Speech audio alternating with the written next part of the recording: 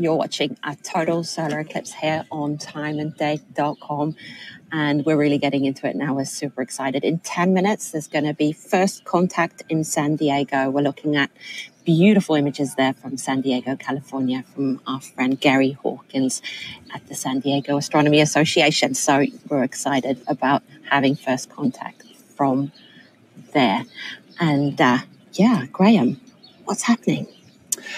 Yes. Now, one thing that we've just added onto our screen there on the right-hand side is our live eclipse map.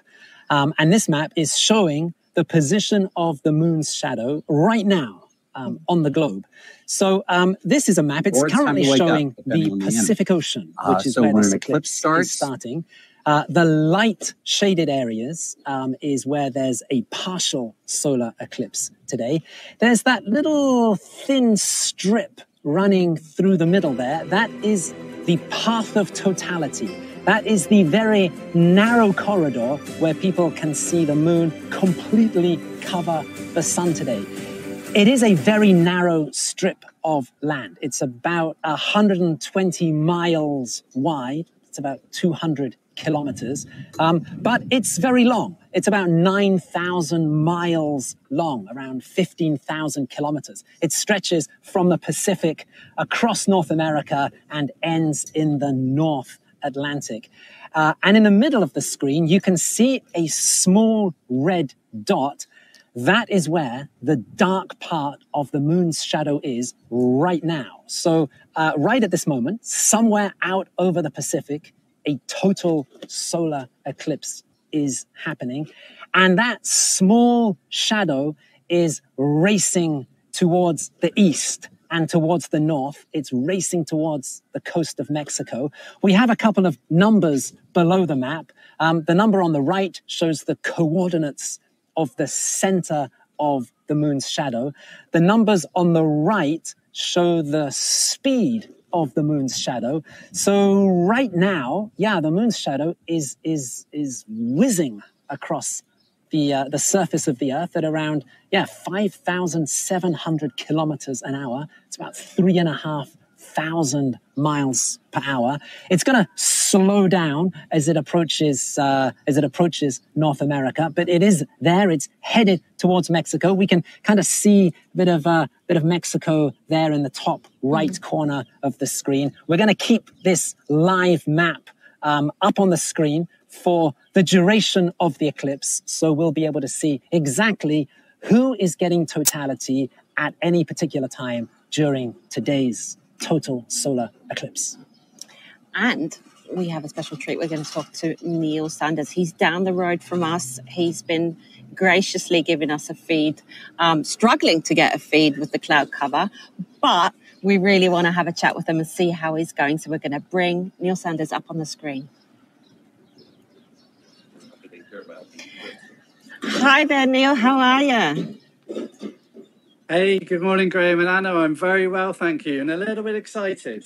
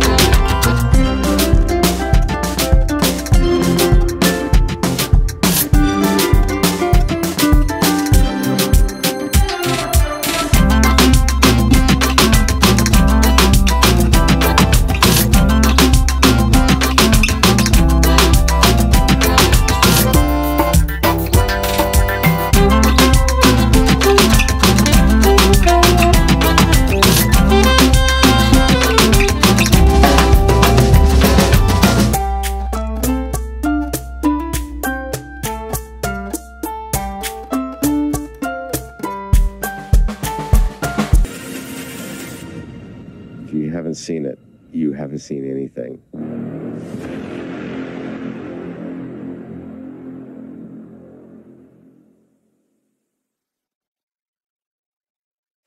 Hello, and welcome to live coverage of the celestial event of the year, the total solar eclipse. Over the next 3 hours, we will follow the moon's shadow as it races across North America. We are anchoring our coverage from the heart of downtown Cleveland, Ohio, just down the road from NASA's Glenn Research Center, the only NASA center in today's path of totality. I'm NASA's Megan Cruz, and this is NASA lunar scientist Sarah Noble. Hello. Today, NASA and the Great Lakes Science Center is hosting this free outdoor event for the community to experience the total solar eclipse together. You saw that beautiful aerial shot that we just had opening the show. We're seeing it again here. As you can see, we have a great, fun crowd here. Yeah, we've been watching the crowd build all morning, and you can really feel the excitement starting to come now. Yeah, absolutely. The watch item, of course, is the weather. Beautiful right now here in Cleveland. It's perfect right now. It's perfect, yes. We woke up to rain and it cleared, but I don't know what we're going to get this afternoon. Yeah, Sarah, you said that with a little bit of trepidation, and that's because it looks like there might be some cloud cover around the time of the total solar eclipse here, totality, but we'll see. All right, so on your screen now is the first look at the eclipse from Mazatlan, Mexico, one of the first communities the moon's shadow will darken today. Right now, you see we're seeing a partial eclipse of the sun right now, but if you look at the upper left-hand corner of your screen, we're expecting totality there in about an hour and 4 minutes. And we want to thank our team of telescope operators spread out across North America. Because of them, we will always have a view of the sun during this entire broadcast, which is really awesome. All the way from Mazatlan up to Maine. Yeah, a very large swath, and we have it covered the whole way through. Now, if you scan your QR code that you see on the screen here, it'll take you to a live stream dedicated to just those telescope views, and it'll also take you to a Spanish broadcast of today's eclipse, and that starts at 1:30 p.m. Eastern Time. And Sarah, as you know this, all of the telescopes used for this broadcast have special filters on them, and those protect the operator's equipment and also the operators themselves, because if you view the eclipse without the proper protection, then it can severely damage your eyes. Yeah, that's right. We want everyone to enjoy the eclipse today, but we want them to do it safely. Right. So how do you do that safely? Well, you should be shielding your eyes with eclipse glasses like these. Hopefully you bought them from a reputable source and that they have a special rating on them, and this rating means that the lenses meet international standards to protect your eyes from the sun's bright light. But Sarah, you can remove the glasses during totality. That's correct? right. If you're lucky to be in the path of totality, you can, for those, that short amount of time that you're in 100% totality. 99% totality doesn't cut it. Right, exactly. 100%, nothing less. Now, if you don't have eclipse glasses, you can enjoy it indirectly with tools like pinhole projectors. And if you want to make one with us live in about 30 minutes, just grab a sturdy piece of paper or cardboard and a thumbtack or other sharp pin. I'm going to use my NASA pin for when we make it. All right, so Sarah, what are we expecting today? What is a total solar eclipse? So total solar eclipse happens when the Earth, the moon, and the sun are so perfectly aligned that the moon completely blacks out our view of the sun. And does that happen often? Actually, somewhere in the world, there's an eclipse about every 18 months or so, but like in any particular place, it's a pretty rare event. Yeah, I mean, specifically here in Cleveland, the last time Cleveland had a total solar eclipse, get this, 1806. Wow, that's remarkable. So quite a long time ago. Yeah. Once in a lifetime opportunity. All right, but not everyone is going to be able to see the moon completely eclipsing the sun. That's right. Only those of us in this narrow path of totality. But just about everyone in the U.S. will get to see a partial eclipse today, weather permitting. Weather permitting, yes. I hope that Cleveland here and everyone else along the path of totality will be good and clear. Okay, so let's take a look at today's path of totality. It passes through parts of Mexico, 15 U.S. states, and southeastern Canada. There's an estimated 32 million people who live along the path, and not to mention the tens and thousands of people who travel to somewhere along it as well, like us. You're from D.C. and I'm from Florida. I feel very lucky to be able to get to travel to see this one. Yeah, absolutely. And we're going to have live reports from our correspondents spread out across the path, all excited to share this event with you. Some recognizable locations in between: the Indianapolis Motor Speedway, home of the famous Indy 500, and then also Niagara Falls, where officials expect up to 1 million visitors. Look at our team there waving at you. Happy to see you guys, and we'll hear from you soon. Okay, so again, we will hear from those correspondents, but also on our broadcast, a live interview with astronauts on board the International Space Station. Sarah's already ready. So excited. She's ready, because that's going to be obviously a unique place to witness today's celestial event, so we'll talk to them about that. We're also going to explain some of the science NASA will conduct during the eclipse and why that's important to you.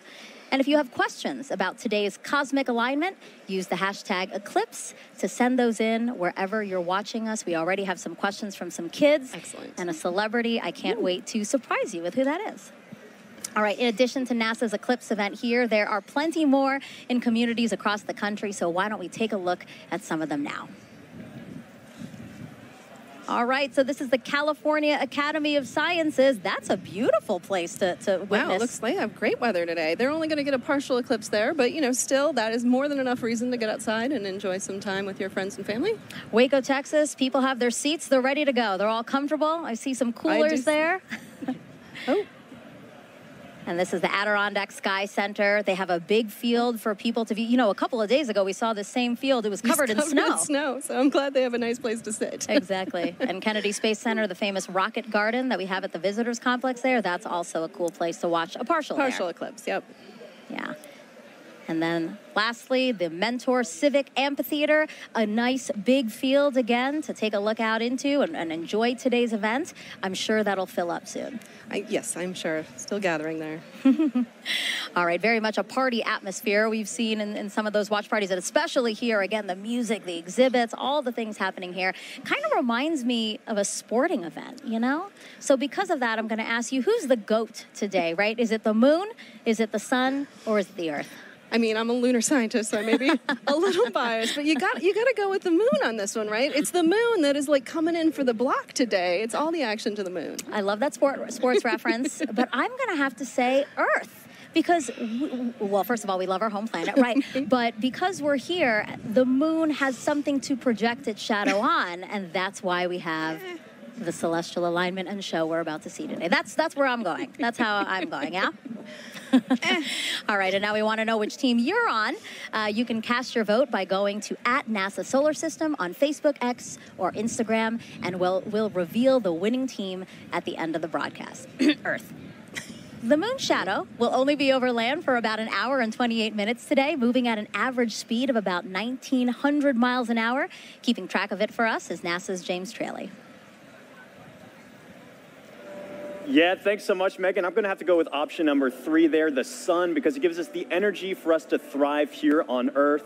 And speaking of energy, it is bustling here at the Kennedy Space Center Visitor Complex. I'm coming to you from our new Gateway exhibit, where we today only have a partial eclipse, but still super excited to be tracking all of today's events live with our Eclipse Explorer. This right here is a fantastic tool that was developed by our friends at NASA Goddard Science Visualization Studio. They put this tool together for us to track the eclipse down to the exact second. If you wanted to get an access to this yourself, get a feel for how this is going to look in your neck of the woods, you can go to go.nasa.gov/Eclipse Explorer, and you can track where your city is going to be, your zip code, by punching it into this little box here. It's going to snap right to your location and give you some key stats. You just saw Cleveland there, so I can bring them up here.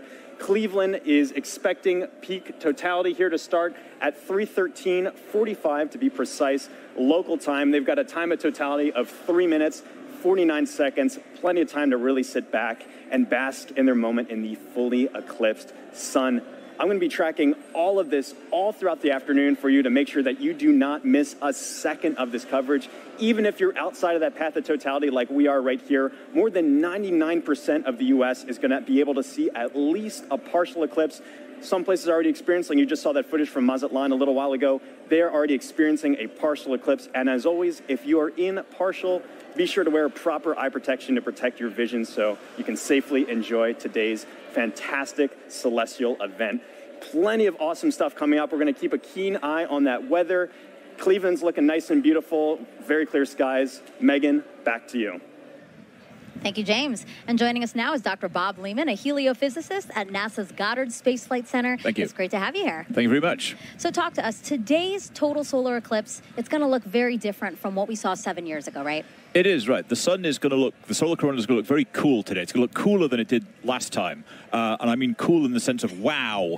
Not cold. Not cold, because the solar corona is like 1,000,000 degrees. But compared to last time, was close to the solar minimum, the minimum amount of magnetic activity on the sun. There's this 11-year or so cycle, and 2017 was closer to minimum, and 2024, April 2024 was pretty much close right to the maximum of that. So we're going to see the maximum amount of dynamism, of activity, and it's going to look, you'll see rays shooting out. And does that increased activity mean that we have a chance for new discoveries today and increased science? Sure. So in addition to the science that will be done because of the eclipse, just greater activity levels means that we have more chance to see what the sun is going to do, increased radiation levels, increased activity, eruptions that will affect the Earth.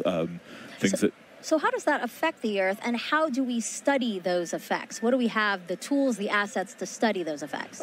Sure. So we call the whole general thing space weather, so we get increased radiation or what we call coronal mass ejections, chunks of the sun that blow off and hit the Earth. And those affect things like power grids and radio communications and GPS satellites, all of which are everyday real implications for that thing that's 93 million miles away. And how do you feel? You're a heliophysicist. This is kind of like your Super Bowl. Pretty much, yeah. You are not the first person to say that to me today. and are we right?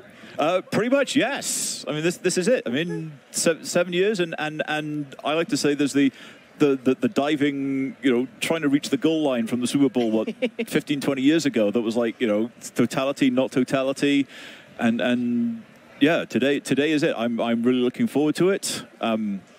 Yeah, absolutely. And we will have a whole bunch of fun here. Yeah, again, eclipses are a unique opportunity to really study the sun and how it affects us. So I know that, again, your fellow heliophysicists and really across the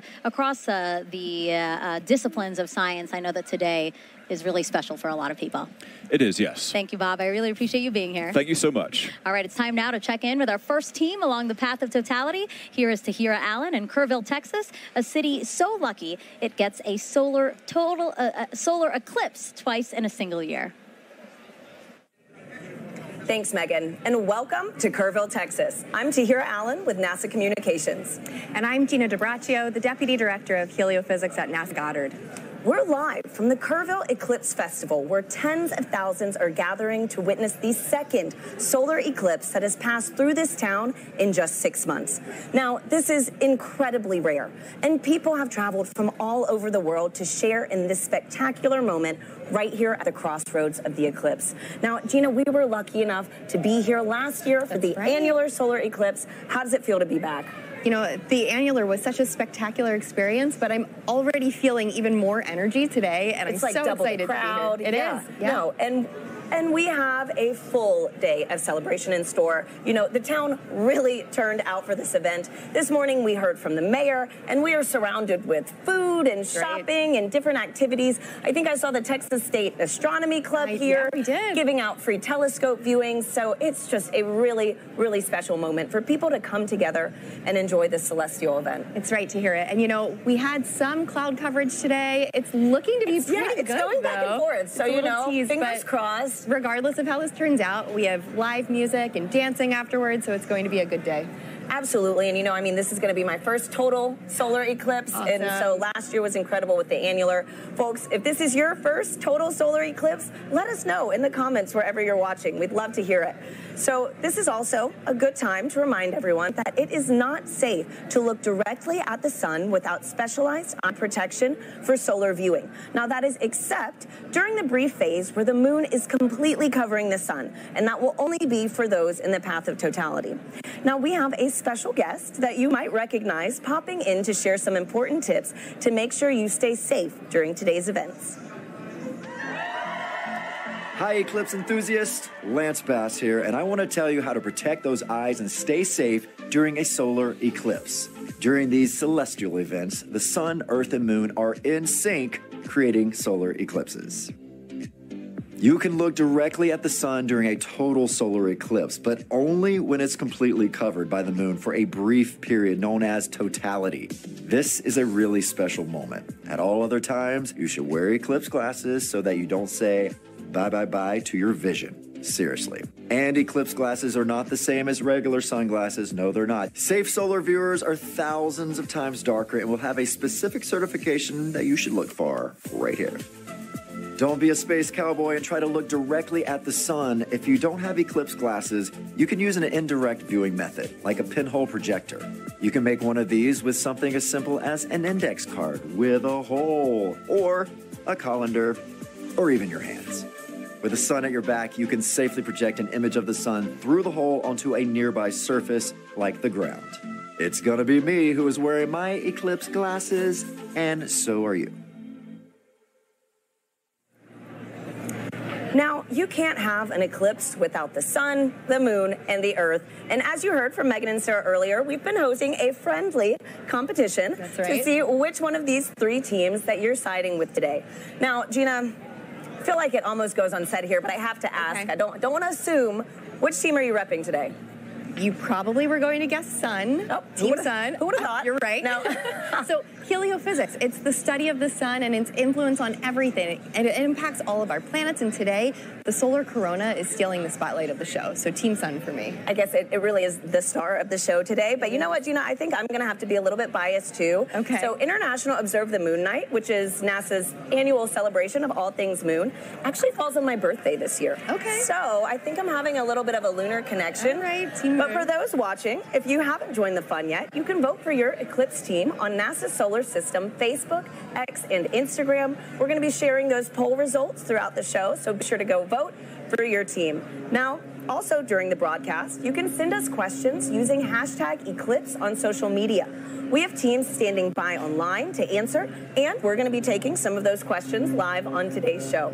Now, speaking about taking questions live, Gina, we actually had some kids send in videos before today's show. Oh, nice. So let's roll one of those right now. My name is Jonathan. My question is, will NASA do any experiments during the solar eclipse? Thank you. Oh, great question, Jonathan. Now, we have a bunch of different experiments that will take place during the eclipse today. So first, we're trying to study the solar corona. So we have NASA's WB-57 high-altitude research jet flying across the path of totality, taking pictures of that upper atmosphere of the sun, that corona, so that we can learn its composition, why it gets to be heated to extreme temperatures. But we also care about the eclipse's impact on Earth and the upper atmosphere. So we're launching 3 sounding rockets up into the atmosphere before, during, and after peak eclipse so that we can study how the atmosphere is changing as well. So, you know, we're studying it with a plane, we're studying it with rockets. Exactly. Any other way? You know, we have balloons, science balloons that are going up too, and we also have different ways that the public will be able to get involved in some of these experiments too. Thanks, Gina. And I actually have a great follow-up question to this. This is from Lisa on Facebook, who wants to know more about the sounding rockets. So they ask, why is NASA shooting rockets into the moon's shadow during today's events? Okay, let's talk more about the sounding rockets because they are a lot of fun. So the first sounding rocket will be 45 minutes before peak eclipse, the next one during that peak eclipse, and the final one after, 45 minutes after. And that's because we really want to understand the difference in density and temperature and these different factors in the upper atmosphere and really get a sense of how the atmosphere changes as the eclipse is coming and passes over. So we have all these rockets going up, and it'll be a good day for that. Great, and hopefully we'll get to see a replay of that later on in today's show. That's right. Now, folks, it is really special for us to be back here in Kerrville, Texas, covering today's total solar eclipse. Just last October, an annular solar eclipse passed right through this town. Now, for a location to be at the crossroads of these two incredible celestial events is rare. Let's take a look at how the community has been preparing in the lead up to this big day. Kerrville is the eclipse capital of the state of Texas.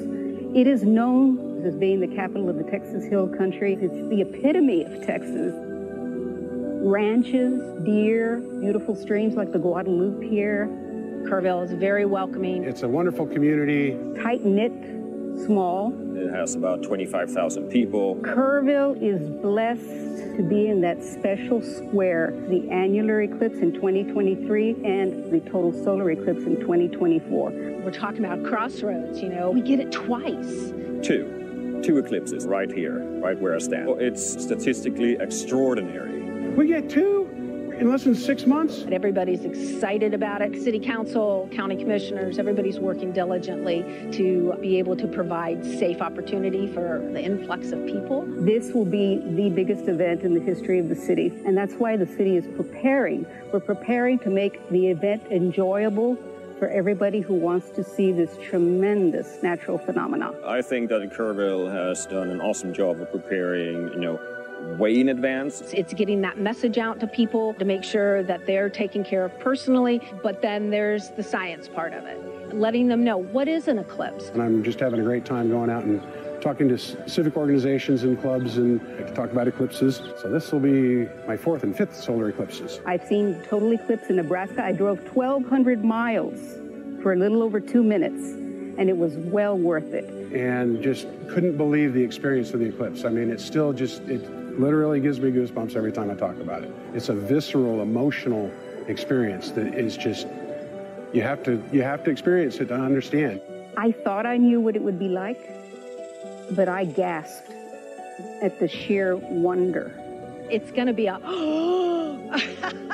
going to hear that intake of air and the awe. It was the most beautiful natural thing I've ever seen. So to have an eclipse basically in my backyard is just, it's indescribable.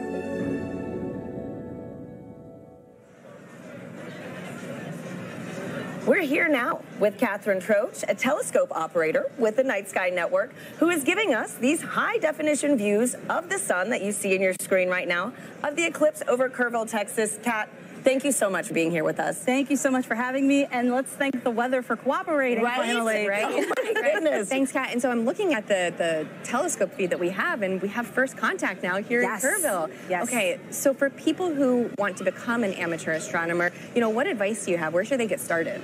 The easiest way to get started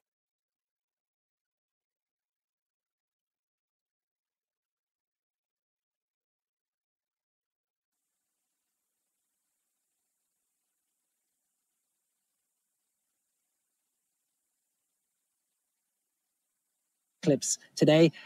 We're coming up towards first contact in Arkadelphia in Arkansas.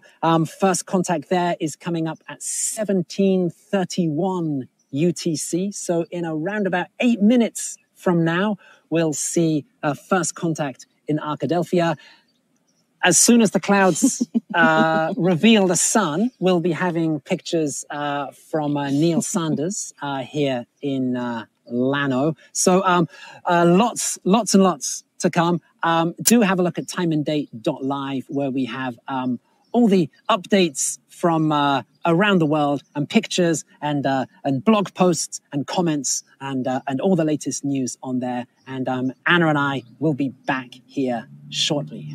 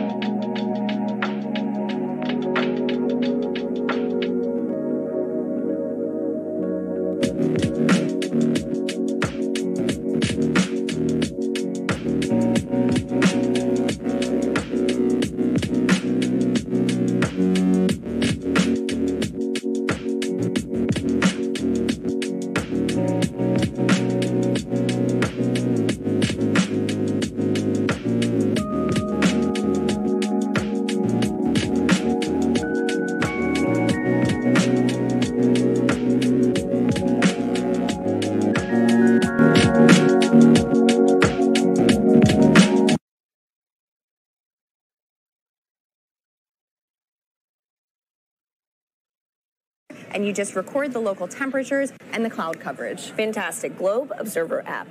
So thank you so much, Gina, and thank you to everybody sending in those questions. We'll take some more later on throughout the show. For now, let's check back in with Megan and Sarah in Cleveland, who are standing by with an out-of-this-world surprise. Yes, quite literally that, Tahira, because we have a special treat for our viewers right now. Joining us live in space, 250 miles above the Earth in the International Space Station. Everyone, please help us welcome NASA astronauts Jeanette Epps and Mike Barrett. Sarah, you've been waiting. I'm so excited. For this. Oh, there they are. Hello, everyone. Oh, Jeanette, Mike, thank you for joining us. It's a pleasure to join you guys, and I hope everybody appreciates NASA scheduling this eclipse to bring the world together. Yes, thank you so much to NASA, and thank you so much for joining us. Now you guys will have 3 opportunities to view the moon's shadow over North America, and that last pass will give you guys the best views. And we hope to also share those live views with everyone here on this broadcast around 3:30 p.m. Eastern Time. Now, Jeanette, I have 2 questions for you. Are you looking forward to being one of the few people seeing today's total solar eclipse from space? And 2, I know your crew member Matt Dominic will use a camera with a solar filter to photograph the sun being eclipsed by the moon. Will you also be taking photos of the celestial alignment?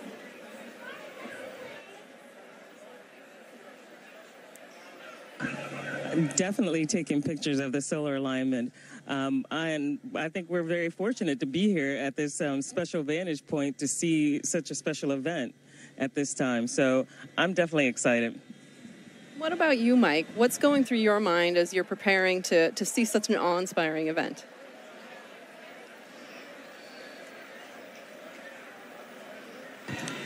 Well, admittedly, I'm a bit of an eclipse junkie. My first one was like when I was 19 with the homemade telescope in the desert, and a few since then. And actually, during the 2017 eclipse, I was on a chartered aircraft several hundred miles off the coast of Oregon watching it. And I got a strange bucket list, and this is one of the things that's on it, to actually watch an eclipse shadow cross the Earth from space. So I'm ecstatic to see this box gets checked and just to see this amazing thing from up here.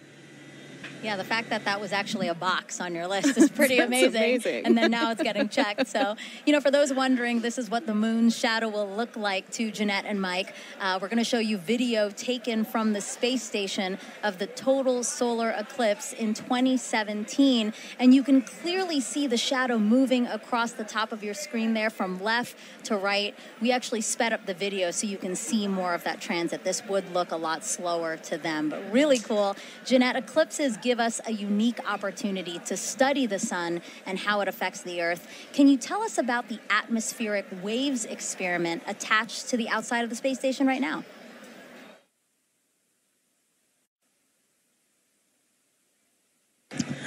Sure. We have an atmospheric wave experiment that's going on now, and what it looks at are these atmospheric gravity waves. And these waves transport energy and momentum up through the climate system. So with the imager on the atomic wave experiment, we're going to look at how these atmospheric gravity waves impact our Earth's climate, how it can impact our space and global and all of our comms, how it can affect our navigation system. And so over the next 2 years, researchers will use an infrared imager to look at the global distribution of these waves as well as their characteristics.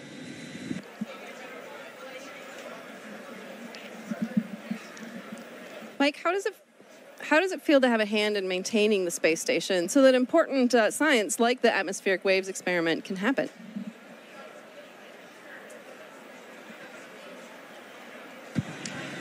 Well, of course, the main reason we're up here is actually to conduct that science. We maintain the station to keep this platform what it should be, what it was built to be, which is a vibrant laboratory, which covers so many different disciplines on the inside and the outside, like the gravity waves experiment. I mean, it's an honor and a privilege, as much as anything, to have a hand in that science, and we end up being basically the eyes, the hands, the on-site presence to conduct that science. And we get to be the first to see results of just amazing things that are years in the making by a bunch of really smart, ambitious scientific teams on the ground. So that's really where the joy is. Maintaining the station is just like maintaining a research ship, something I actually quite like. So I feel very much at home in that role. It's still blowing my mind. I mean, we're here in Cleveland, Ohio, live. You guys are up in space in the International Space Station. I can't believe the opportunity that has been afforded to us, and I hope our viewers really enjoyed this time with you. And I hope you enjoy the show from up there.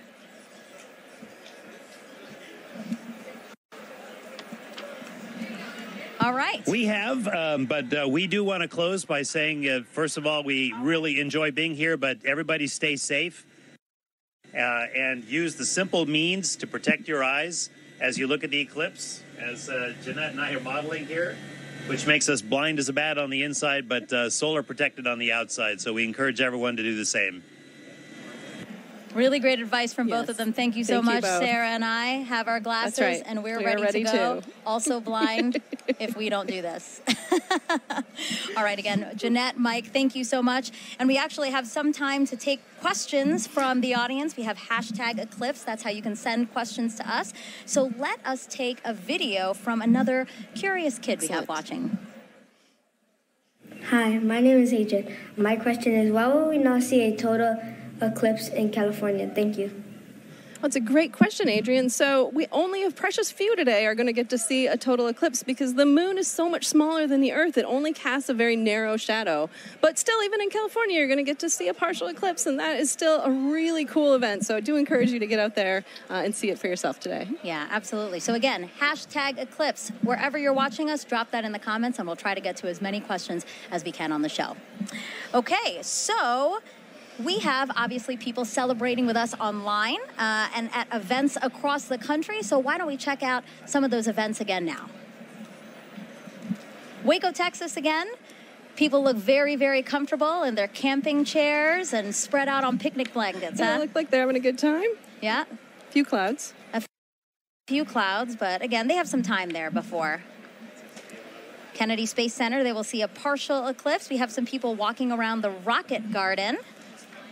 Oh, it looks like they have beautiful weather there. California Academy of Sciences, yes, they do. They have clear skies. We're very, very jealous over here. And then the Mentor Civic Amphitheater that's starting to fill up. Exactly. There were fewer people when we checked in ago, but now lots of people there and lots of people at the Adirondack Sky Center. I wish I could wave and say hello. They look like they're getting ready for some stuff, though. Yeah, absolutely. Again, the snow wait. cleared out because there was snow over the weekend, but now it looks like a beautiful, probably still crisp day there for them. Okay, and now we're back here with astronaut Steve Bone, who's looking around, taking in the sights, Steve. I see. It's just an amazing amount of people. It's really cool to see. Yeah, absolutely. Really, you can feel the energy. And it's really cool that you're here. So Steve is here because, you know, obviously, as we've been saying throughout the show, you really should have these glasses to safely view the eclipse. But if you don't have glasses, that's why Steve is here. So, Steve, I see that you brought some supplies for us. I did. I have a little bit for everybody, and we'll see how we can do here today. All right. So this is like a pinhole viewer, and so it's basically a pinhole camera. I don't know if you ever had to do that when you were a kid. Is make a little camera by basically poking a hole in a piece of paper. Okay. And then using that to focus onto a screen. Okay. And so we all have pins here, I guess. Yes. So we have a paper plate, we have index card, and we have pins. And I have my Crucifix pin. Nice, nice. All right, so what do we do, Steve? Basically, all you have to do is poke a hole in the cardboard. Okay. And the size of the hole will determine the focal length, the focal distance of your viewer. Okay. And it has to be big enough that the light will come through. And it's sometimes hard to do if we don't have like direct sunlight. So you want to make sure you have a big enough hole. I think that'd probably be enough. Yeah. And then what you'll end up doing, if we had the sun, you could basically over your shoulder, don't look at the sun. Mm-hmm. Sun behind us. Sun behind us. Yes. And so you hold this up, and you'll see, you can actually get, there it is. I can see. We do see it with the lights, the studio lights. You only need a little bit, and then depending on how far in and out you move it, and the size of the hole, that gives you your focal length. Got it. Just like a lens. And basically, like we're saying with the studio lights, if something were to pass over the studio lights, that same shadow essentially would be would be projected through Absolutely. the index card right now. That's how you safely watch it. That is a good, safe way to watch it. There's a lot of other ways to see it as well.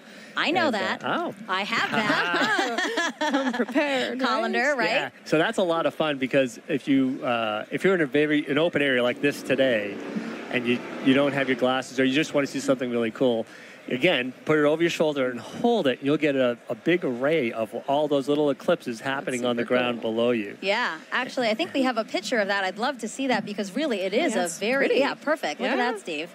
Oh, yeah. Well, I mean, even if you don't have anything, right, you can actually use your hands to make your own sort of improvised pinhole cameras. Absolutely.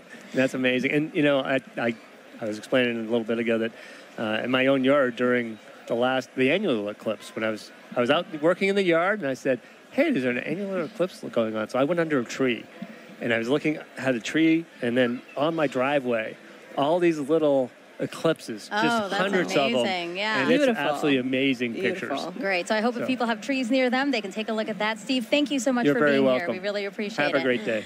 All right, so the eclipse is getting closer and closer to the west coast of Mexico. We will experience totality there at Mazatlan, in particular, 2:07 p.m. Eastern Time. So let's head back over to James at our eclipse board for another look at the path of totality. Yeah, thanks so much, Megan. A lot coming up very soon, and make sure you know exactly when to go outside to observe that totality if you're on our path. Or even right now, if you're experiencing a partial eclipse, I've got in our Eclipse Explorer here, I can zoom out just a hair here to show you this. I've got our penumbra on, so this is all the places inside here are already experiencing a partial eclipse. You've been seeing some great feeds from our camera in Mazatlan, Mexico. They've been experiencing that kind of crescent sun for a little while now. They're just about 20 minutes out from actually experiencing totality itself. They're going to have a long window where they are 4 minutes and 17 seconds. For some context, back in 2017, the last eclipse that swept across America, the longest time was only around 2 minutes and 40 seconds. That was in Carbondale. This time around, some very long times, just a little bit northwest of Torreon, Mexico. They're going to get upwards of 4.5 minutes. A lot of time to really observe it, but just make sure that you know when to be outside. And as always, access that tool at go.nasa.gov/eclipse explorer. This is going to keep moving on. You see this little thing. I have this actually running in real time. This is our shadow of totality. This is going to continue to move further and further to the northeast and actually make landfall in just a few moments in Mazatlan, Mexico. As you've seen all throughout the broadcast, we've got correspondents all up and down the U.S., all the way up to Maine, covering this live. Very excited to continue tracking this. Make sure you know what's going on here. But for now, back to you, Megan. All right, thank you, James. So now let's introduce you to more of our correspondents along the path, starting first with NASA's Lauren Ward, standing by to show us what's happening in Indianapolis, Indiana. That's right. Thanks, Megan. We are at the Indianapolis Motor Speedway in Indianapolis, Indiana. It is a gorgeous day. Behind me, I have over 50,000 people here to spectate today. Today, we are waiting for a spectacle that is of a celestial kind. Of course, this is most known for the Indy 500, but we are waiting for something a little bit special today. With me, I have the 2016 Indianapolis Motor Speedway winner, Alexander Rossi. Good to see you. Good to see you. Thank you so much for having me.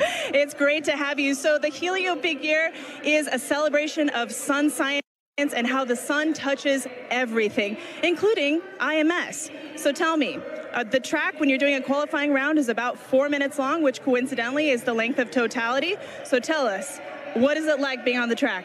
You know what? The sun plays a huge role in determining the performance of the car based on the track conditions. So we actually, when it's a day like this, as much as it's beautiful for the fans, it's actually very difficult for us as drivers because as the surface heats up, the oils come to the top of the asphalt and it actually becomes slippier. So that's surprising to people. They think that temperature would mean grip, but it is until a certain point. And then once it kind of crosses over 100 degrees on the surface, you start to actually go the other way. Wow. And tell me about those tires. How does the sun affect those? So we use slick tires. So Firestone tires are slick. On a road car, you have tread, right? Because they're supposed to be used in all conditions.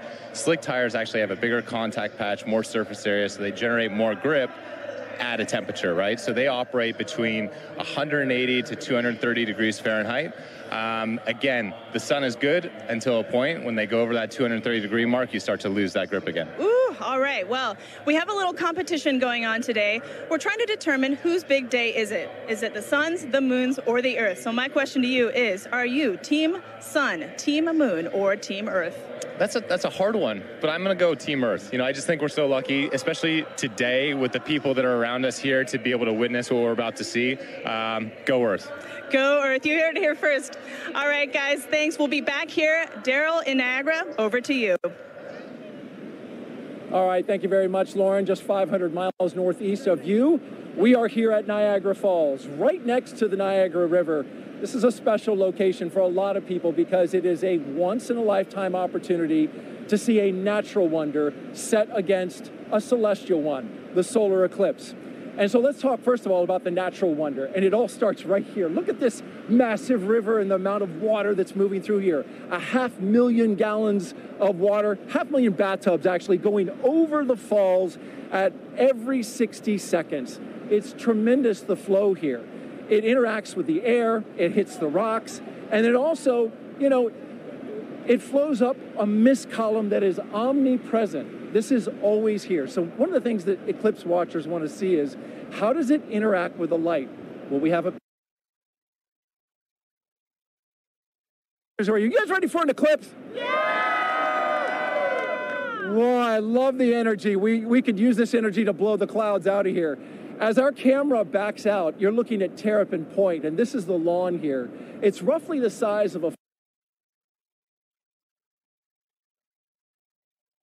football field, and everybody who's here, a lot of people came in at 6 a.m. this morning. They currently cut off the park from anybody from coming further into Goat Island here. So this is the max capacity that we're at right now. It's that popular. Over to the other side, our friends from Canada, look across the river gorge about 1,000 feet away. Niagara Parkway is lined with people.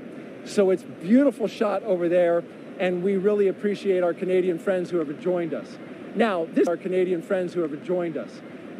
isn't just about the solar eclipse. We've been here for the past week, and we were at locations all across Niagara Falls, 12 to be exact. Take a look at this video.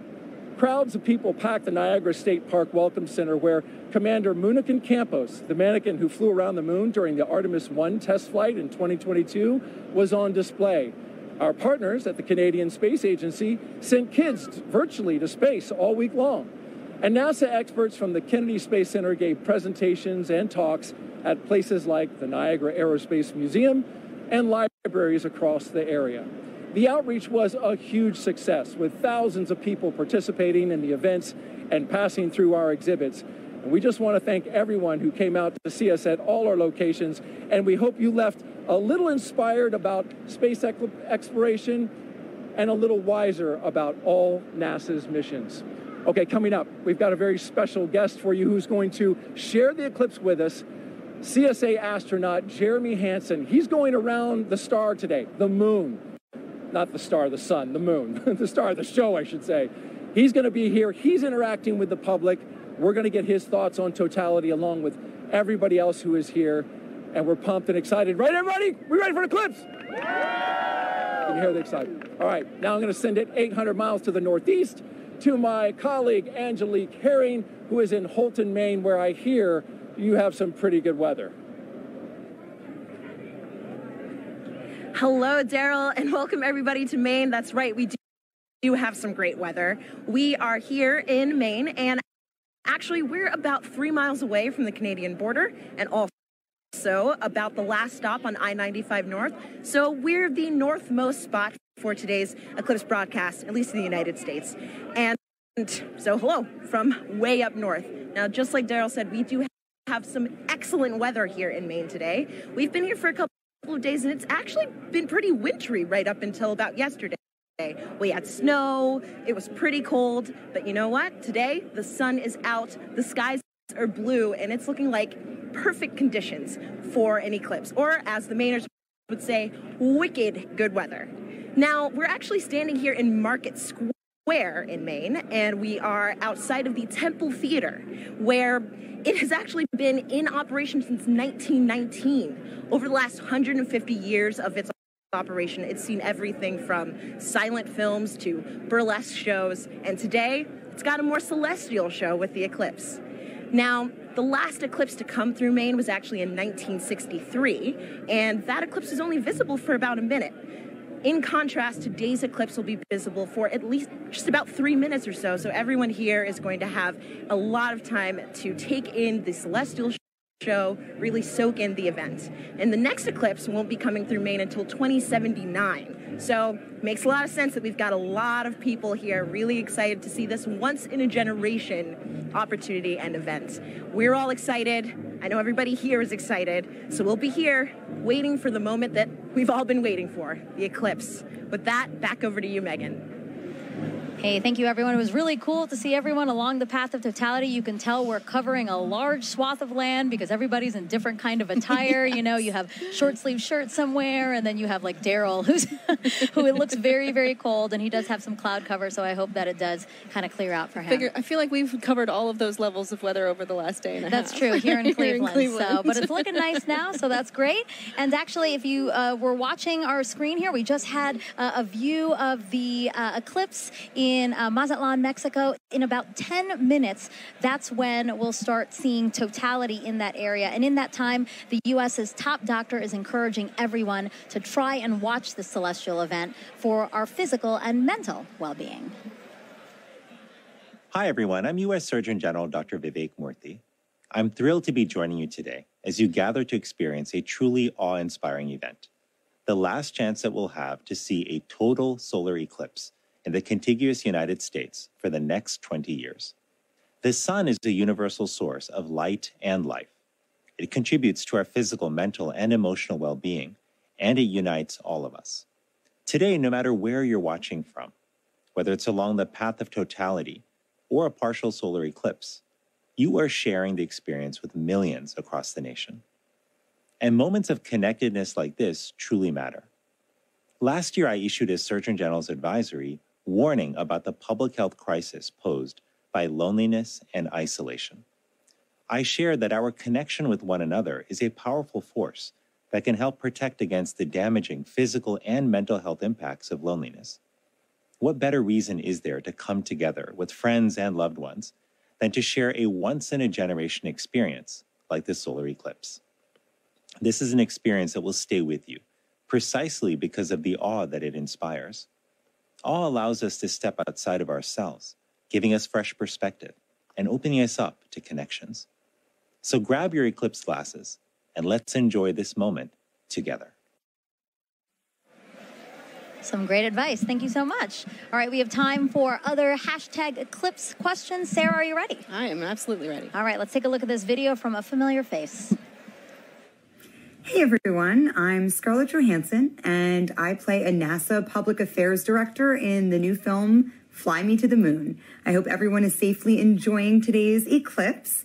I actually have a question about the moon for NASA. So during a total solar eclipse, I've heard that craters and features on the moon play a role in what viewers see on Earth when the moon blocks the sun. So why is that? Question, Scarlett. So yeah, as we, the moon isn't a smooth marble. It actually has big, high mountains and valleys, these craters. And as we approach totality, sometimes you'll hear people talk about Bailey's beads, and these are the last few moments of sun creeping through those deep valleys. Yeah. Just before we hit totality. Yeah. Absolutely. Thank you so much. It's so great to have you here to answer some of these questions, and we plan to take more. If you send them in, hashtag eclipse again. Okay, if you're just joining us, I'm NASA's Megan Cruz, and this is NASA lunar scientist Sarah Noble. And as you can see, you are watching the official NASA broadcast for today's total solar eclipse. And we are in the heart of downtown Cleveland, where NASA is celebrating this celestial alignment. Take a look at our shot from the air. That is how many people who are just here at the Great Lakes Science Center alone. So many more spread out throughout Cleveland, because again, the last time this city had a total solar eclipse was 1806. But again, just down the road, we have the only NASA center in the path of totality.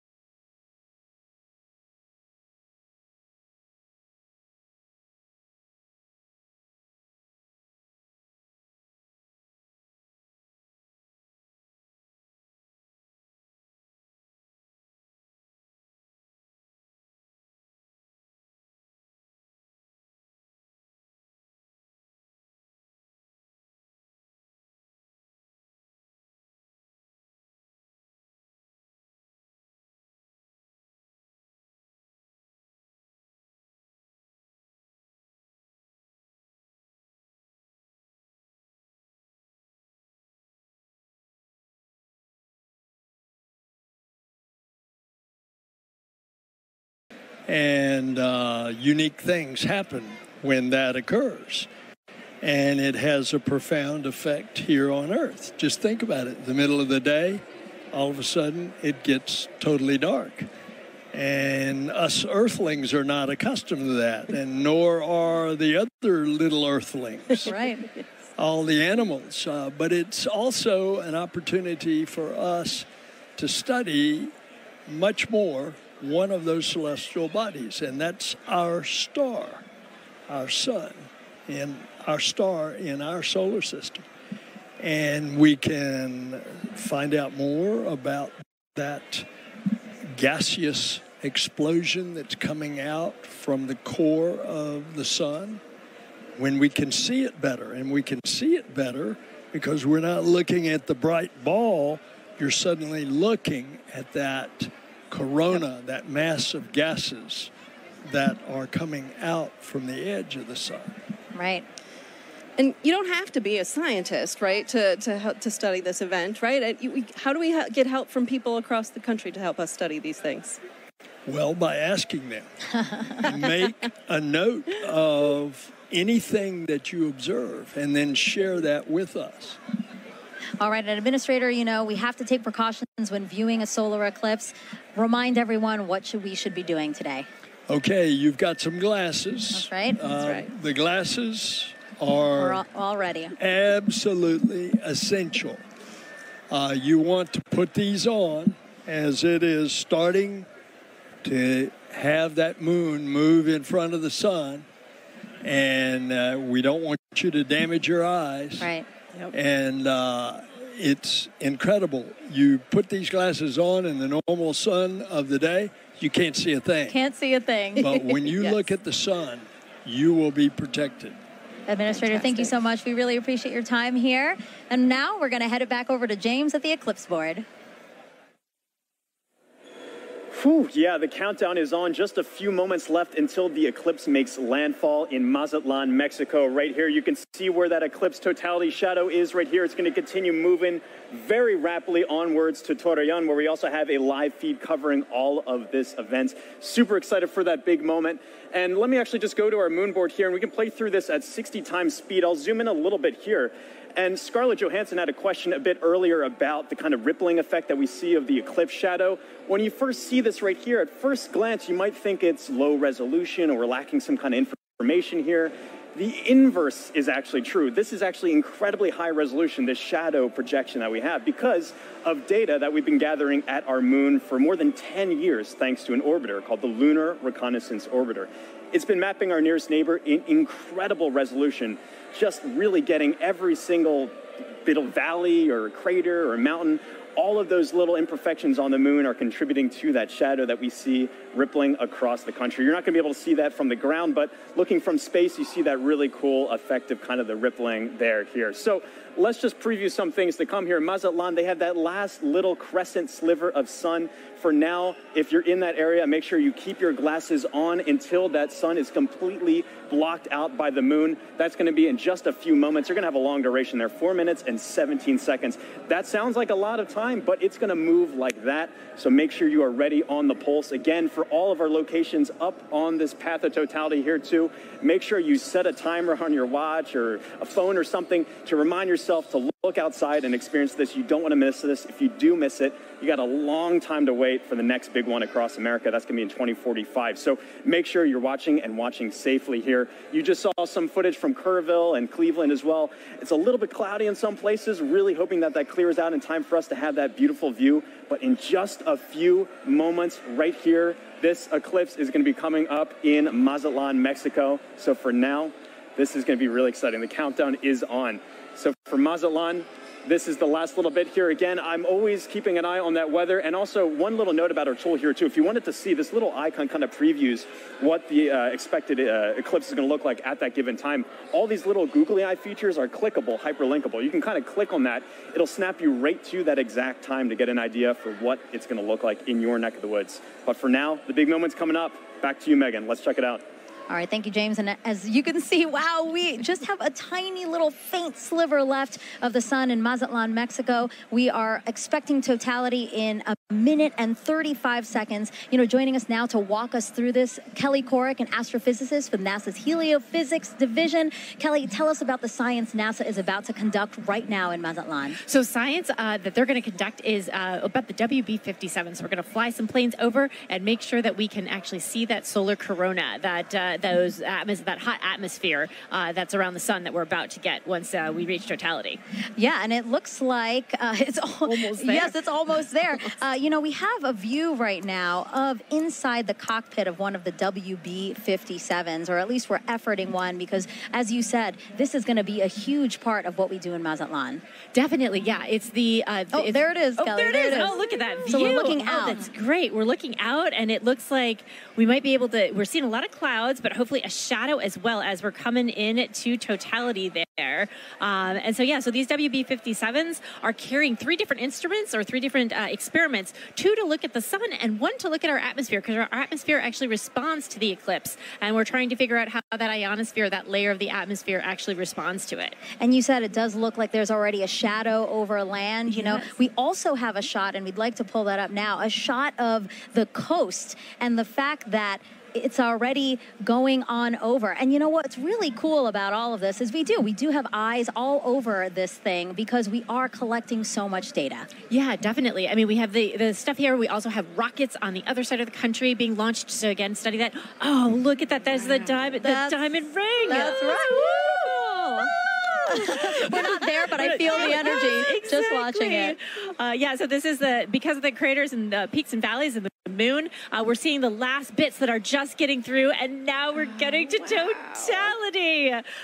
This is great. So you're starting to see those pink fingers out there kind of sticking out. Wow. So again, totality here in Mazatlan, Mexico, the first community in North America to experience the moon completely eclipsing the sun. And if you are in Mazatlan right now, it is now safe to remove your eclipse glasses for the next 4 minutes.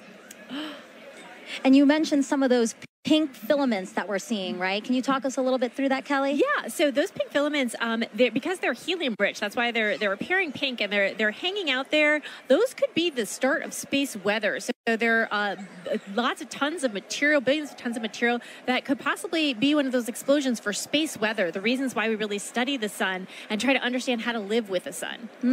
Well, can you explain why space weather is important to us here on Earth? Definitely. So it's not just satellites that are interested in space weather. It's also our power grids, because of those energetic particles coming from those big explosions that could happen in the sun. That could damage our power grids. It could also do things like interfere with GPS signals. And I know we all use our phones to navigate everywhere. So if we didn't have that, that would be a big problem. So we're looking to understand it better so we can all mitigate all those things. Some of the movement we're seeing here is just our telescope operator adjusting, because again, they needed to make some changes for before totality. Now they're viewing it a different way, and then after totality we might see some shakes there as well. But I really just cannot believe how crisp it is. As we said, it's not a marble, but I mean just the view of it is so crisp with these little again, those filaments are just amazing that we can see that to such accuracy, you know? Right, definitely. And also the white fuzz. I mean, you're seeing something that's 1,000,000 degrees just hanging out all around the sun. And, you know, 3 billion Earths can fit inside of there. So there's a lot of atmosphere there, all around there, just hanging out, being very warm. And so, one of our mysteries is, and one of the B-57s are addressing. There you go, WB-57, our pilot. Yeah. He's flying. So basically, Kelly, he is going to fly and try to chase down the shadow for as long as possible. Keep up with it as long as possible. Exactly. The shadow is much faster than the plane. However, they can chase it for a while and get an extra 2 minutes. So on the ground, we can only get 4.5 minutes, and they're going to get 6.5 for that plane. I love that they're waving to us. Oh, there you go. And now we're flipped. Now we're seeing the front. So again, they are in night. I mean, it looks very dark with only some light in the horizon. Yeah. Right. Yeah, and that's what we'll expect. Wherever we see totality is the night sky is very dark. You might even see some planets or stars, and then you'll see like twilight all around at 360 degrees. What an amazing vantage point as well. My gosh. I'm very jealous. Kelly, are you jealous? I kind of feel like you're jealous. I'm kind of a little jealous. Yeah, I kind of want to, see if I can make a faster plane so we can, follow it all the whole way. Plus, they're up above the clouds, so they don't have to worry about the clouds. Exactly. Well, I do want to say a big thank you to the WB-57 pilots and the whole team supporting them for that great view. That was awesome. Kelly, you have a wealth of knowledge when it comes to the sun. And for those watching, if you're interested in learning more with her, check out her and other experts featured in the Sun series of NASA's Curious Universe podcast. And that QR code will pop up on the screen, and that'll take you straight to the episodes. Again, look at that double box we got there. We're showing you amazing views during this broadcast. A big thank you, actually, to the Solar System Exploration Research Virtual Institute, or SERVI, for providing the telescope views from Mazatlan. Yeah, the SERVI team down there, the SERVI team is based out of Ames, but it is a collection of teams across the country and across the world that are sort of studying the intersection of science and exploration, helping us get ready for our next trip with humans to the moon. Yeah, that's amazing. Okay, totality is actually about to end in Mazatlan. Let's keep watching our screen right now for, again, what are we watching for, Kelly? We're watching for the diamond ring effect. So that's when the first bright light, we're starting to see it on the side there. So you're going to put your glasses on right now to protect those beautiful eyes, because now we're going back to the partial phase. Whoa, that's amazing. Wow. Yep. Kelly, that's a filter, by the way, everyone. That's why we're seeing that. But when you said put on your glasses, I'm so trained now to do it that I almost did it here in Cleveland. No, we're fine in Cleveland. We're still in Mazatlan. Again, what we're seeing is because we needed to adjust the filter now that, again, it's basically like putting on our glasses. The way that you said people on the ground need to put on our glasses, our telescope operators need to protect their own eyes as well as their equipment. Exactly. Well, thank you so much, Kelly. I really appreciate your time here with us. It was so fun to learn about the science and actually see the first eclipse come for North America here. So thank you so much. Thank you. All right, as you can see, there's a lot to learn about our sun and eclipses. So to explain it all in a really fun way for kids, NASA developed a clever game called Snap It. We have another QR code coming on your screen right now. Just scan that code, or if you're watching us on your phone, all you have to do is screen grab it, press on it later, and you can check out that game. Also, the website.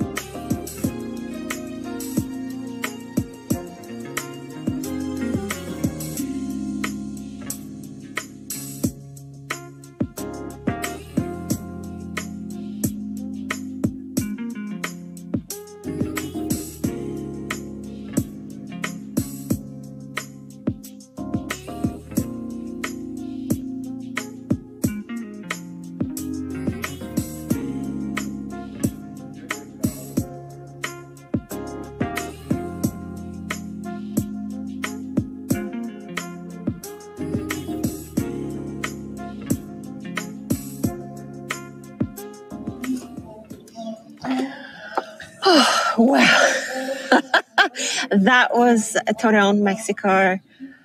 Wow, thank you so much, Exploratorium. That was just the taste, and I'm just everybody's getting excited around here, including me. My heart's pounding.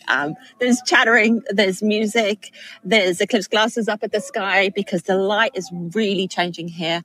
The sky is clear, and we're going to be seeing this total solar eclipse, and I can't even breathe thinking about it. I'm so excited.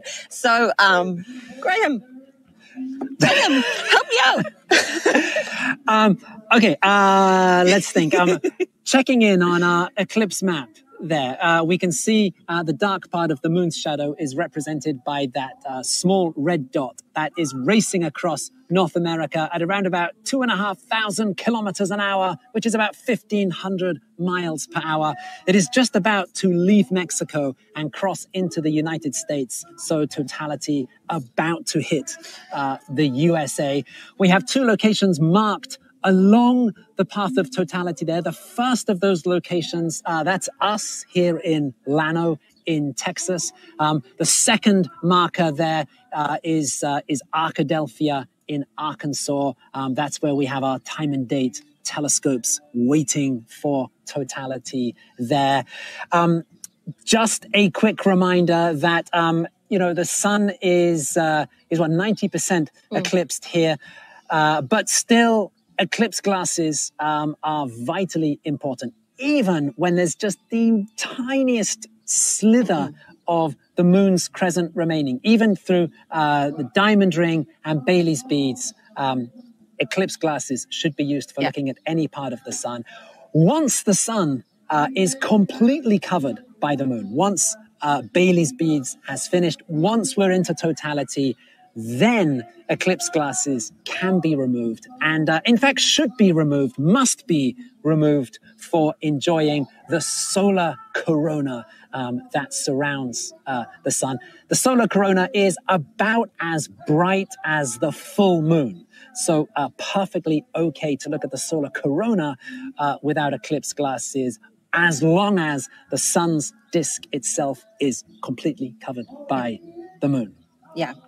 And here on this wide angle shot, we're going to show you how dark it gets here. Unfortunately, we don't have a telescope. We have our glasses, and we will be looking up, and we will have totality coming up, telescope views coming up from Arkadelphia and Burlington. Fingers crossed, clouds and all. But yes, Torreon really, really wowed me. So now I don't know how to deal with anything anymore. The light is changing. It's just really, really kind of silvery, and you can almost like touch it. It does not feel like twilight. It's like white twilight. The temperature is dropping. We were in 32 degrees Celsius here. It's now down to 25. I can feel it. It's not only goosebumps, it's also the temperature dropping. The birds are they doing anything yet? They're chirping away. There's certainly a lot of chirping going on. I think certainly now, in the last few minutes, the light levels noticeably have really started to drop here. And that drop is, going to continue over the next 6 minutes until, the final minute before totality. That's when we have this sudden plunge in the light level. And that's what we're going to be sharing on our kind of, Anna and I are going to sort of clear out the way of this image of the visitor center here in Llano. And we will have, what have we got? We've got 4 minutes, 24 seconds of totality, going to be starting at 18:34 UTC. Yeah. Okay.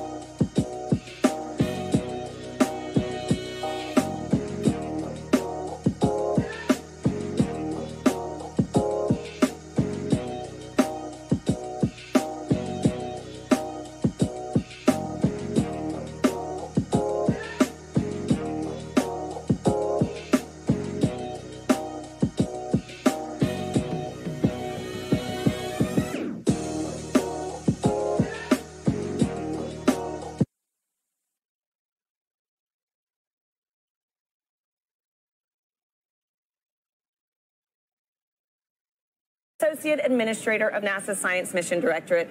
Nikki, thank you for being here. Oh, I wouldn't be anywhere else. Thanks for being here, Nikki. So tell us how the science conducted today will really impact the future of exploration at NASA Science. Oh, wow, there's so much that we're going to be doing today. We're going to be studying the sun. We're going to be studying the Earth's atmosphere and how that changes. You can see it getting dark here. And, you know, we've got these little magnetometers. They're going to be all across. We have 30 of them all the way across. I'm going to hold it up. Very nice. Love magnetometers. Magnetometers, and we're gonna be having these all the way across the path of totality. And it sounds like we should go. We should get up. All right, Let's go.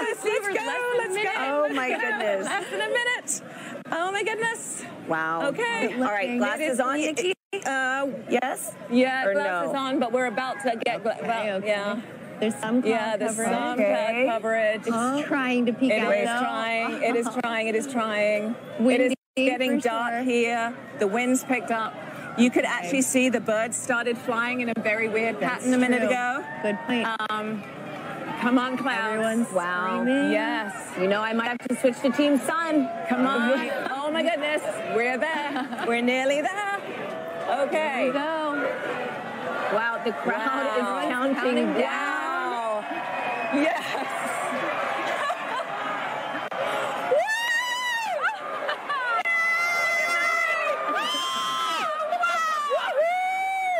Oh my gosh, it's beautiful. Yes.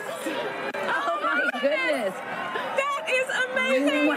I told you. No, go away, clouds. Go away, clouds. They're gonna Look move. at that. Oh my goodness. I have been saying all day, look how dark.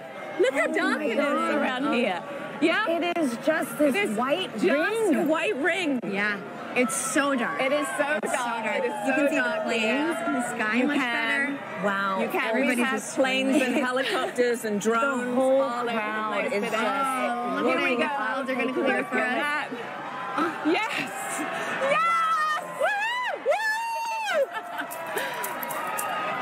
Oh my Look at that. Just This is look amazing. at that. That is And we have incredible. about, what, 4 minutes Oh, yeah. to 4 just minutes bask and 25 seconds.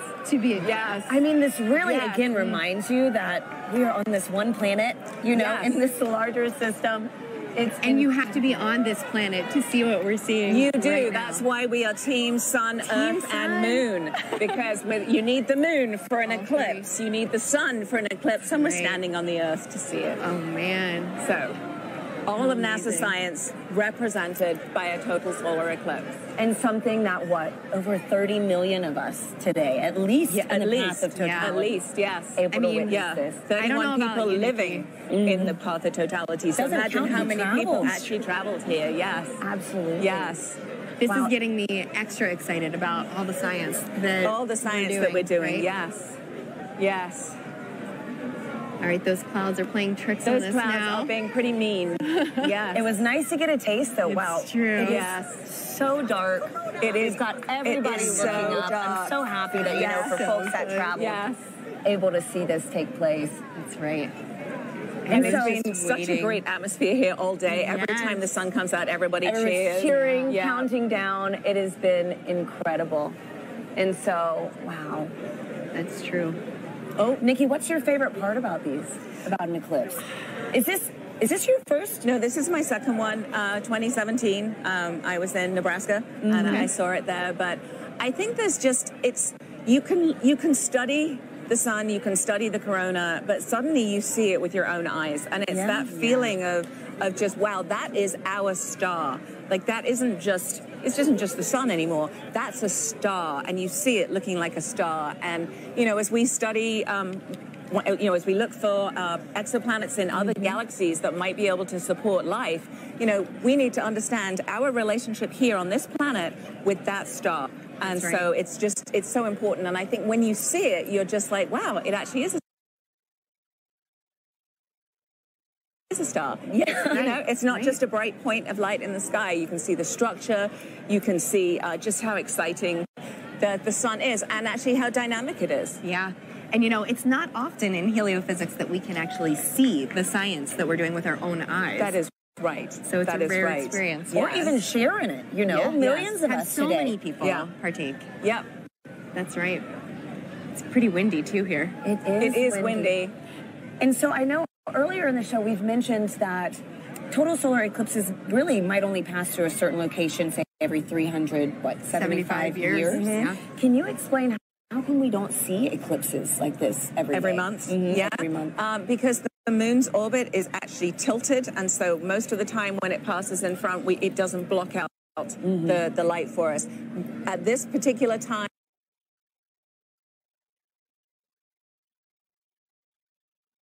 it is right on the plane between the Earth and the Sun. It is actually at its closest point to the Earth, and so in the plane of the sky, the moon is exactly the same size as the sun, and that is very unique. That is so special, too. I mean, like, what are the odds? It's the 400s, right? It's the distance between the Earth and the moon is 400 times closer than the Earth and the sun, and the size is 400 times smaller as well. So it just blocks it perfectly. Yep. It does, and right now the clouds are blocking it perfectly. Hey, but we got a taste of it, which was very nice, and we are chasing this eclipse across North America today. We are. So excited to see it from the other locations. It wants to come out again. I don't know. These clouds are thinning. Yeah, the clouds. You can hear the crowd cheering. Getting excited. We're hopeful. Yeah. Channeling all that good energy. Yeah. This crowd has been great all day. Oh, yes. All day. It's crazy to believe, too, that it was so dark and it's only like midday. Oh, yes. Yes. Yeah. Wow, and we're starting to get starting to get the light back. Yeah, starting to get the light back. Yep. So unfortunately, we did not see the diamond ring at the end of the eclipse because of the clouds, which is always a crowd pleaser. But we did see it actually right before totality. There was suddenly this beautiful bright one light, and then it all went dark. So we did actually see quite a few great features on the sun, and somebody actually was saying they could see a sunspot. Obviously through their glasses, but they could see a sunspot. So can you clarify what the sunspots are for our viewers? Yes, absolutely. So if you were looking through your glasses, you might have seen a couple of dark spots on the sun. They are actually very intense places. There's very, very intense magnetic field there. They're very active, and that is what can cause space weather. So every now and again, those active regions can sort of explode and then send billions of tons of solar material towards our planet. Wow. Well, this was fantastic. Thank you so much, Nikki. This was incredible to experience this with you. Let's follow this eclipse right up that path. Next up is Dallas. We have Joy and Michael standing by for their big moment in the sun. Yeah, you can feel the temperature change. The wind has completely quieted down. Yep. So the energy here is amazing. So with me right now is Dr. Michael Kirk. He's one of our eclipse experts. Michael, we saw an annular eclipse back in October, but today is a total eclipse. How are you feeling today? It is totally different. I am ecstatic. The annular eclipse was really cool. This is, you can feel it, the energy here is electric. If you look around, you can see that the darkness is coming. Let's have a quick look at what we're looking at right now. We're almost there. We're a couple of minutes away. Ooh, yep.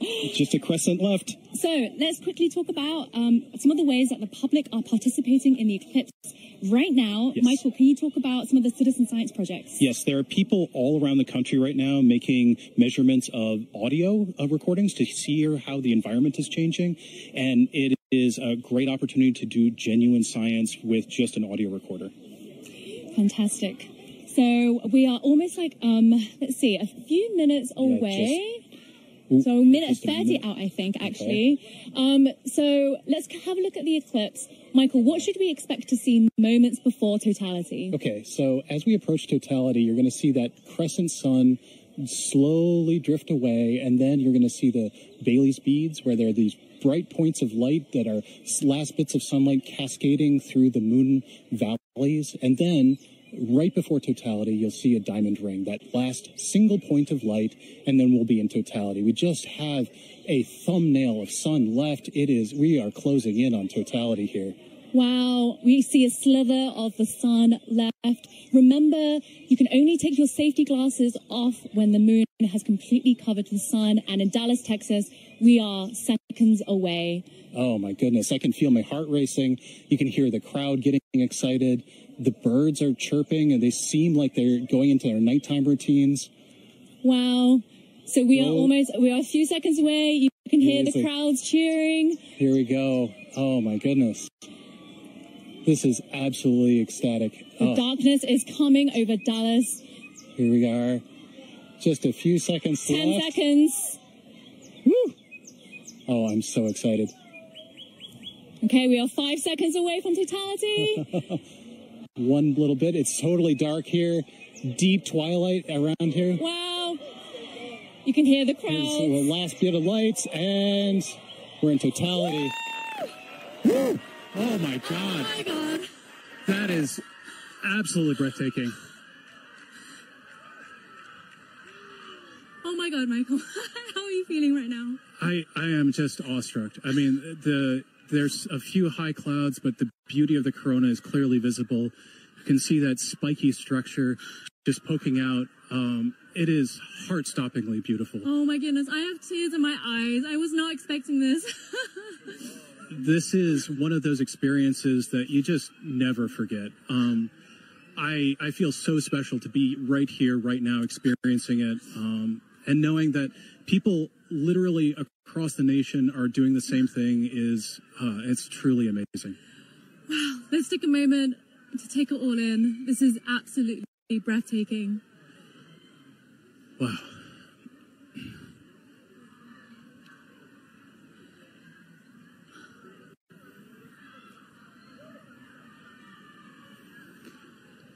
You can see that spiky structure of the corona. That's indicative of our approach to solar maximum. That asymmetrical nature of the corona happens when we're in solar maximum, and that's going to be happening in about a few months from now. So that means that this view of the corona will never happen again, ever. This is a completely unique view that even if you see a million solar eclipses, you'll never quite see one like this. So, Michael, you study the sun. What is it like to see the corona that you don't normally see? I mean, I just, there are no words. I spend my life studying this thing, and to be able to see it and feel it is, I mean, it's just tremendous. You can see a prominence in the chromosphere, the middle atmosphere of the sun is a pink spot. And that pink loop is what I spent 5 years doing a dissertation on. that one little pink loop. And it's just, it makes it all feel like it's in perspective now. I can't believe how clearly I can see those pink loops and the structures in the corona. We can see a few planets out as well. They're brightly shining in the sky. And actually there's a plane racing across the shadow as we speak as well. And I just want to take a moment to say huge thanks to our telescope operator, Vanessa Thomas, for providing these views. This is just so stunning. People are applauding here, as you can hear. I mean, I think everyone here is getting exactly what they came for, which is just that sense of your place in the universe. This is our closest star, and being able to see the star like this is truly special. Okay, we have 1 minute left of totality. Oh, the time just passes way too quickly. The next eclipse won't happen across the U.S. for another 20 years, so this really is a once-in-a-lifetime opportunity for a lot of people. Absolutely. Our friends up in Alaska will see their next eclipse in 2033, so I am like already thinking I need to go there. I mean, it's just, it's it doesn't matter what I need to do. I just have to go there. Wow. So we're 30 seconds out. Oh, so goodness. Right before totality ends, our telescope operator, Vanessa, is going to put the solar filter back on. But let's just cherish these last few moments of totality in Dallas, Texas.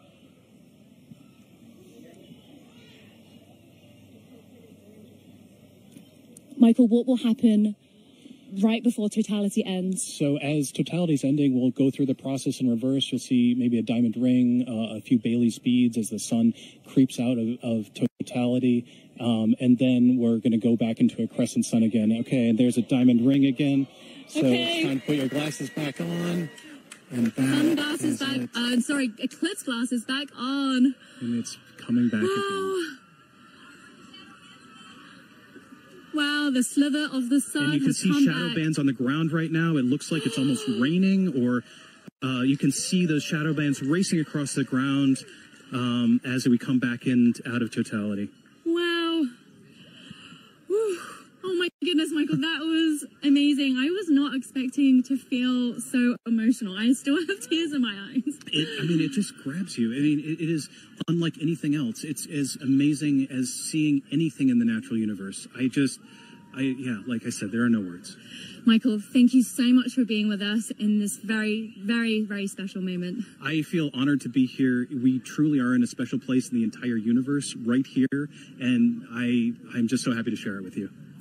So now let's head back to James at NASA's Kennedy Space Center, who's with the eclipse moon. He's tracking the shadow moving across the US. James, how are things looking on your end?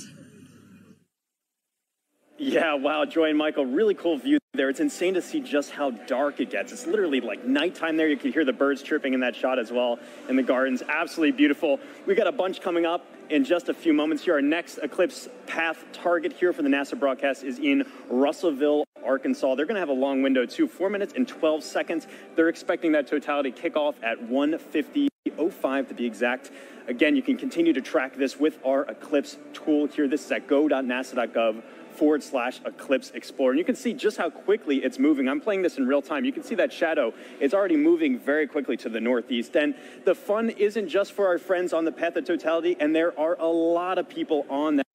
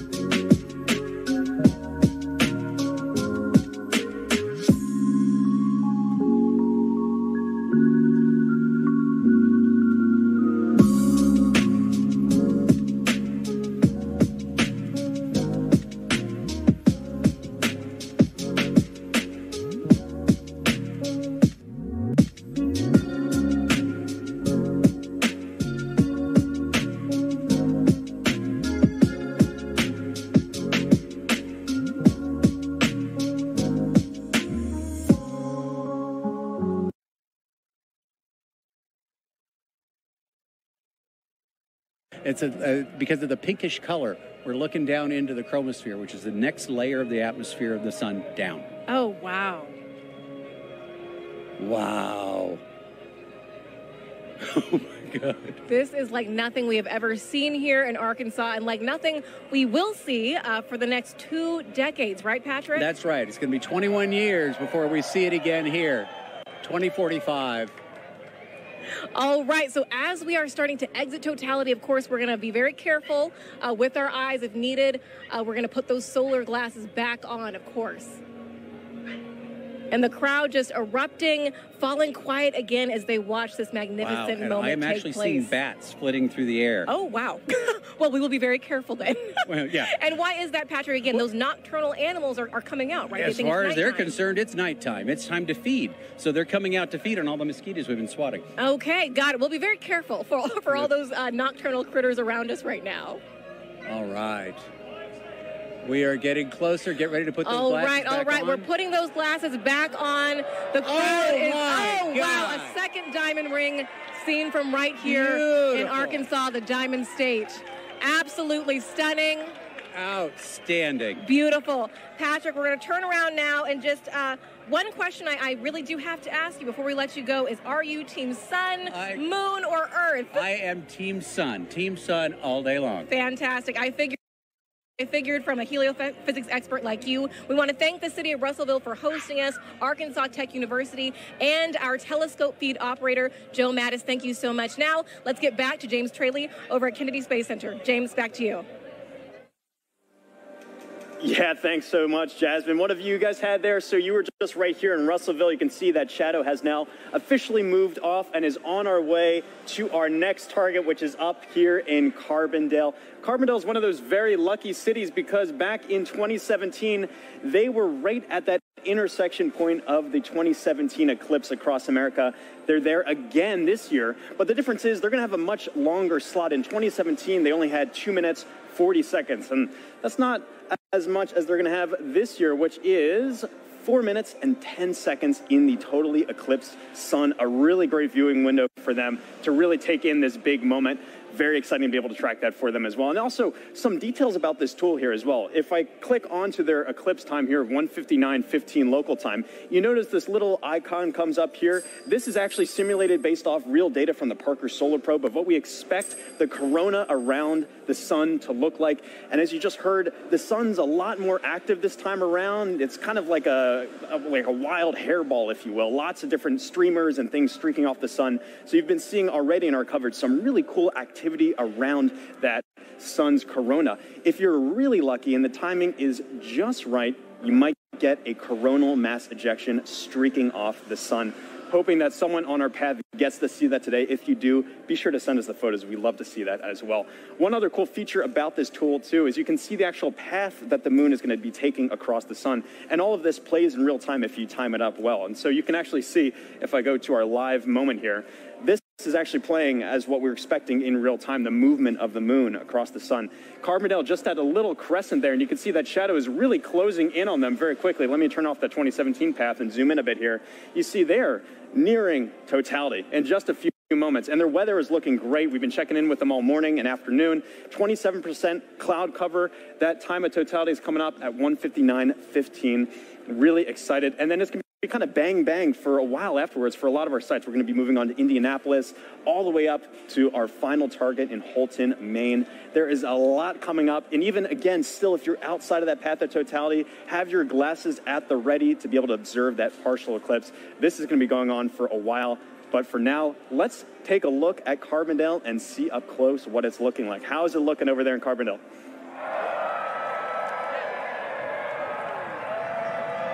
Couple more minutes.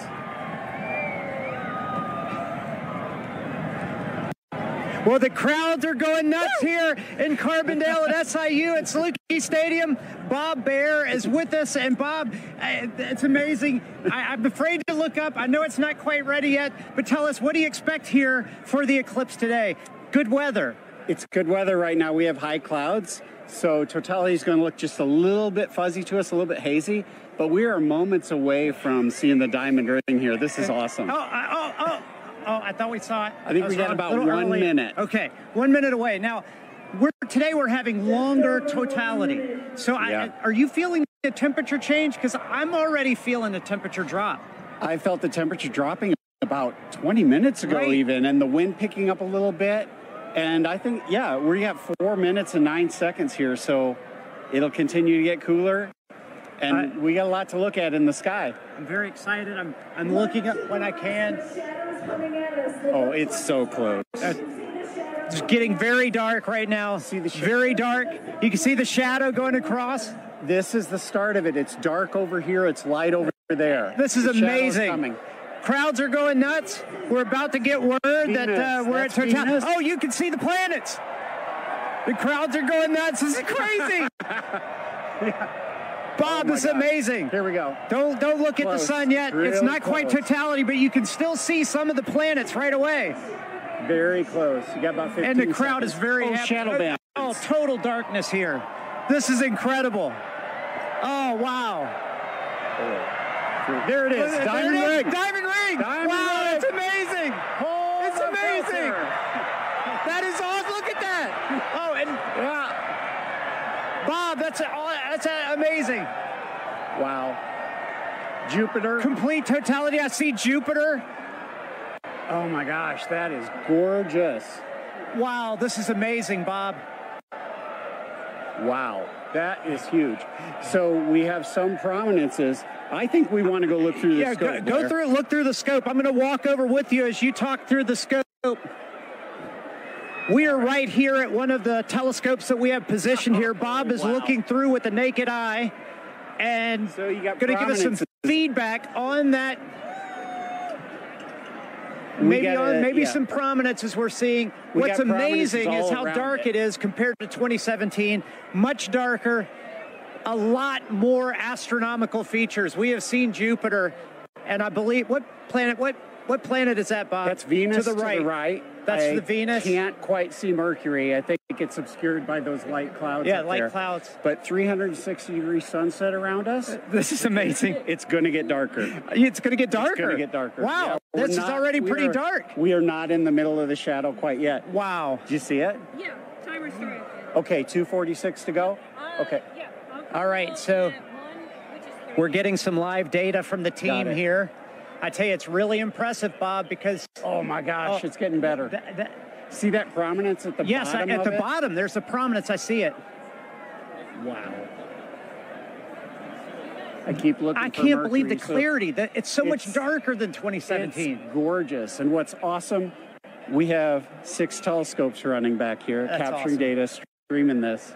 And that's a big important part here. This is not just capturing image to share with people watching the show. You are actually capturing scientific data that can be used by scientists everywhere. We are, and we've seen totality across North America so far in Mazatlan. Now we're experiencing it ourselves, and we'll experience it after this on the Jumbotron from the other dev sites. It's like the most amazing eclipse train you could ever ride on. Wow.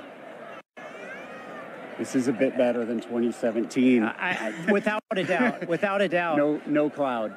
And you know what's interesting is the crowd is quieting down. They seem to be experiencing the moment, taking it all in. A really special moment here. Look at that. So we must be getting close to the center. Where are we at? 2 minutes? So 1 minute, 30 seconds. The corona's looking brighter because our eyes are adjusting now. I mean, that is amazing, Bob. And how much corona you see. I mean, like just last time I didn't see that much. Visually, oh, there goes a bat. It's a bat flying over the crowd. Oh, yeah, we talked about the animals. Now we see them becoming active. We found a Luna moth earlier as well. But that corona is about 4 times the diameter of the sun. That is massive. That is amazing, Bob.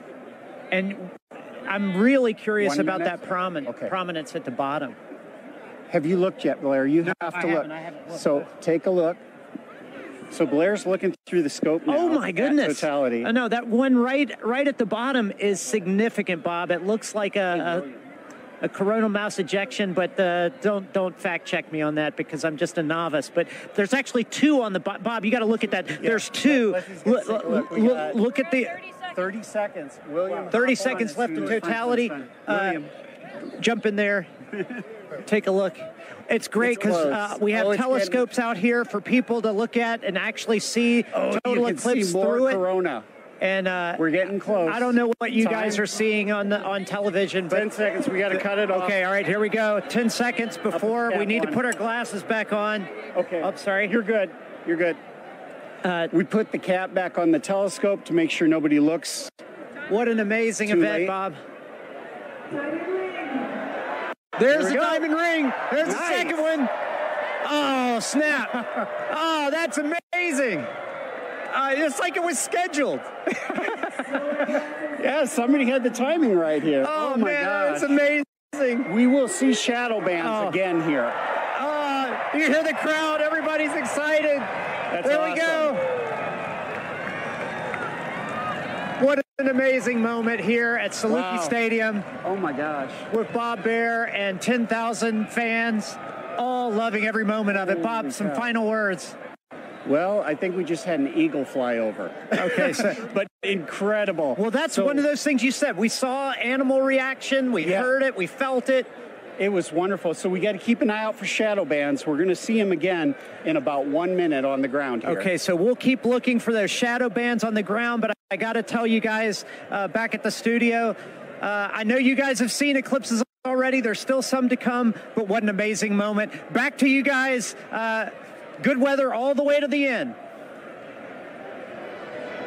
Thank you, Blair. We are in Indianapolis. We are almost at totality. With me, I have Nikki Rail, the Associate Director for Flight Programs for the Heliophysics Division, and Denise Hill, NASA's Outreach and Communications Lead for the NASA Heliophysics Division. You guys, let's get our glasses on. And you can hear the crowds start to roar as everyone gets on their glasses. We are so, so close. Ladies, what are we seeing right now? I mean, just the ambiance of this moment. It is beautiful. We're just seeing a really small crescent, but the light all around us, it's so dusky. And I'm just odd. It is. I'm feeling a temperature drop already, which I can't believe. It's feeling cooler. The crowd is starting to go wild. Yeah. We're still seeing them Here we go. Here we go. Getting all close. right. We are so close. And the best soundtrack you could possibly ask for in the background here. Absolutely. Oh, we're so close. Okay, just a little bit left, and you can really hear the crowd taking here we off. go. They're starting to go wild. Here we excited. go. Yeah, here we go. There we go. We're so close. Here we go. Almost. Almost. We are so, so close. And we... Oh my gosh, there's that bright diamond ring. All right. Oh, wow, look at that. I can see the... Yes. Oh my gosh. I can actually visualize the corona. I've always wanted to see that. Wow. Look at that. Fantastic. Oh my God, it's gorgeous. Oh my gosh. Absolutely An incredible sight. And dark. Wow. Look at how dark it is. Oh my gosh. And you can really see those streamers coming out right now. I'm seeing some bright lights around where we're seeing cratering, and I can see those streamers coming out of the corona. And are those Bailey's beads? Are we seeing any Bailey's beads? We were seeing some Bailey's beads. They're transitioning out a little bit, but yes, those bright light where the sunlight is shining through craters on the moon, mountains and craters. And look at those streamers of the corona. It is putting on a show. Moly. And it is dark. Holy moly. It is dark. I got to take a peek at the crowd right now. Oh, look at the crowd. Oh The my crowd gosh. is absolutely going wild. Everyone's got their phone out. It is now safe to look at the eclipse without your glasses. Wow. What an amazing sight. Folks, we've got 4 minutes here, a little under 4 minutes to enjoy this. Wow. And if you were in an open field right now, you'd be able to see a sunset, a 360-degree sunset all around us. Yes, and you can I see a little bit of that You now. can see the light around us a little bit. I have to say, this is my first total eclipse, Denise. This is my first total. Incredible to see it. Totality. Wow. This is a bucket list moment for me. This is incredible. Really a once in a lifetime, unless you're an eclipse chaser, which I'm considering it. I might become one after this. I quit my job. Wow, Oh fantastic. My gosh. My We spent gosh. so long trying to see that corona and to see it with my eyes. Yes. Your own eyes. Wow, just gorgeous. I'm just in awe of being this person on this rock moving around the sun. Yes. I can't even believe it right now. Yeah, and to share this moment together with 50, 60,000 people all looking up at the moon and the sun all at once. It's just an incredible experience for all the folks here in Indy and for all the folks watching.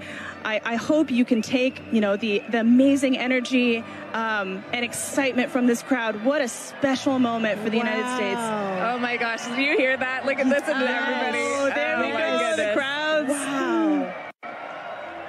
Wow. Okay, so I think we're seeing... Yep, those beautiful prominences. The Corona is just putting on such a show right now. Yes. It's got my full attention. Wow. That's all I can watch. Holy cow. We've got some very appropriate music going on in the background here. This is the best version of getting mooned that I have ever experienced in my life. Don't strain your eyes. Wow. I am just in awe. There just aren't the right words to describe this. I'm just noticing it feels so strange to me right now. Like I feel the hair on my arm standing up. I feel like it's nighttime and what am I doing? And it was daytime. And actually, folks, we are starting to get some nighttime insects coming out. Yes, we're starting to see bugs. Yeah, we are seeing bugs in light. It's hard to hear them over the crowd, but I can definitely see them flying. Yes, I think the animals are a little bit confused. Nikki, while I have you, we've got a lot of programs at NASA looking at the sun. No eclipse glasses required. As the Associate Director of Flight Programs, tell me, what can we expect NASA to be sending to the sun in the next few years? We are so lucky. In the midst of this incredible time of solar max, we're getting ready to... I'm seeing a diamond ring right now. The diamond ring. Take a look. Put your glasses back on. Be safe. That is the diamond ring, folks. Wow. Spectacular. Oh, my gosh. You can even hear fireworks in the distance. Yes. Oh, my gosh. And the light is already starting to change. It really is. You can... Wow. And the crowds are loving it. Hear the crowd just loving every second of it. Oh, what a moment. I love those fireworks. Indianapolis is really pulling out all of the stops, and we love them for it. I also want to take a moment here to thank our two telescope operators, John and Dana, who have been providing these telescope views for us there from Ball State University. Thank you very much to John and Dana. All right. It's like somebody flipped the lights back on. It's like a sudden switch flip. This is so crazy. And I can feel it warming up already. Yes. Wow. This is so amazing. Incredible. Well, this is an incredible moment and an incredible moment for the Helio Big Year. Ladies, thank you so much for joining us. This has been fantastic. Thank you for having me and sharing this. I'm so excited to be here and to see this incredible sight. Absolutely. Megan and Sarah, back to you. Oh, that was so fun to experience, and I can't wait for us to do it now. Take a look at this drone shot where you can see it definitely got noticeably darker. We feel it here. It's colder.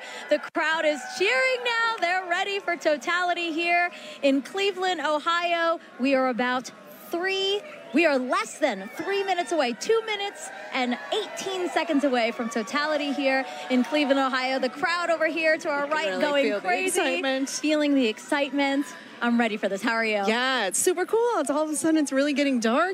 And you're starting to feel it? Yeah. So cool. It's like they just dimmed it out. Now it's like night. This happened within the last couple of seconds. But let's take a look around, because obviously we're not the only ones enjoying the total solar eclipse today. We have some we have some eclipse viewing events that we've seen around the country. So why don't we take a look at some of those?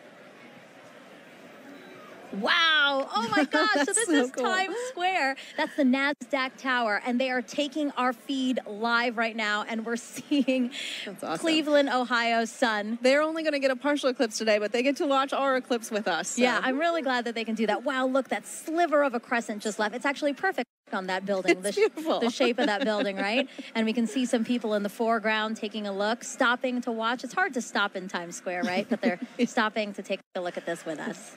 Beautiful.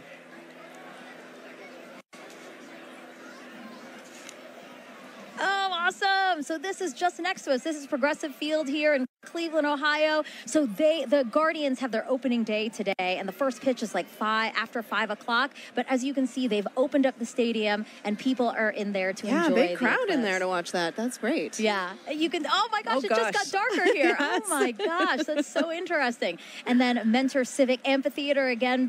The field starting to fill, and everybody looking up at the sky for their opportunity to see today's solar eclipse. This is us back here in Cleveland. Everybody looking up at the sky. We have 30 seconds. 30 seconds until totality here in Cleveland, Ohio. Oh my God, I have goosebumps everywhere. Everybody's starting to cheer. I might cry. I kind of feel like crying. This is so cool to see. It's getting so dark so fast. Wow, it's like night just descended on us. And look at the crescent slowly disappearing. Crowds cheering here. Cell phones up, cameras up. 5, 4, 3, 2, 1, and totality. Totality, everyone.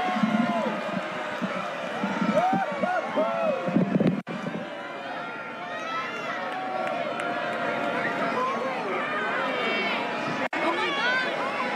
Oh wow! Oh my God!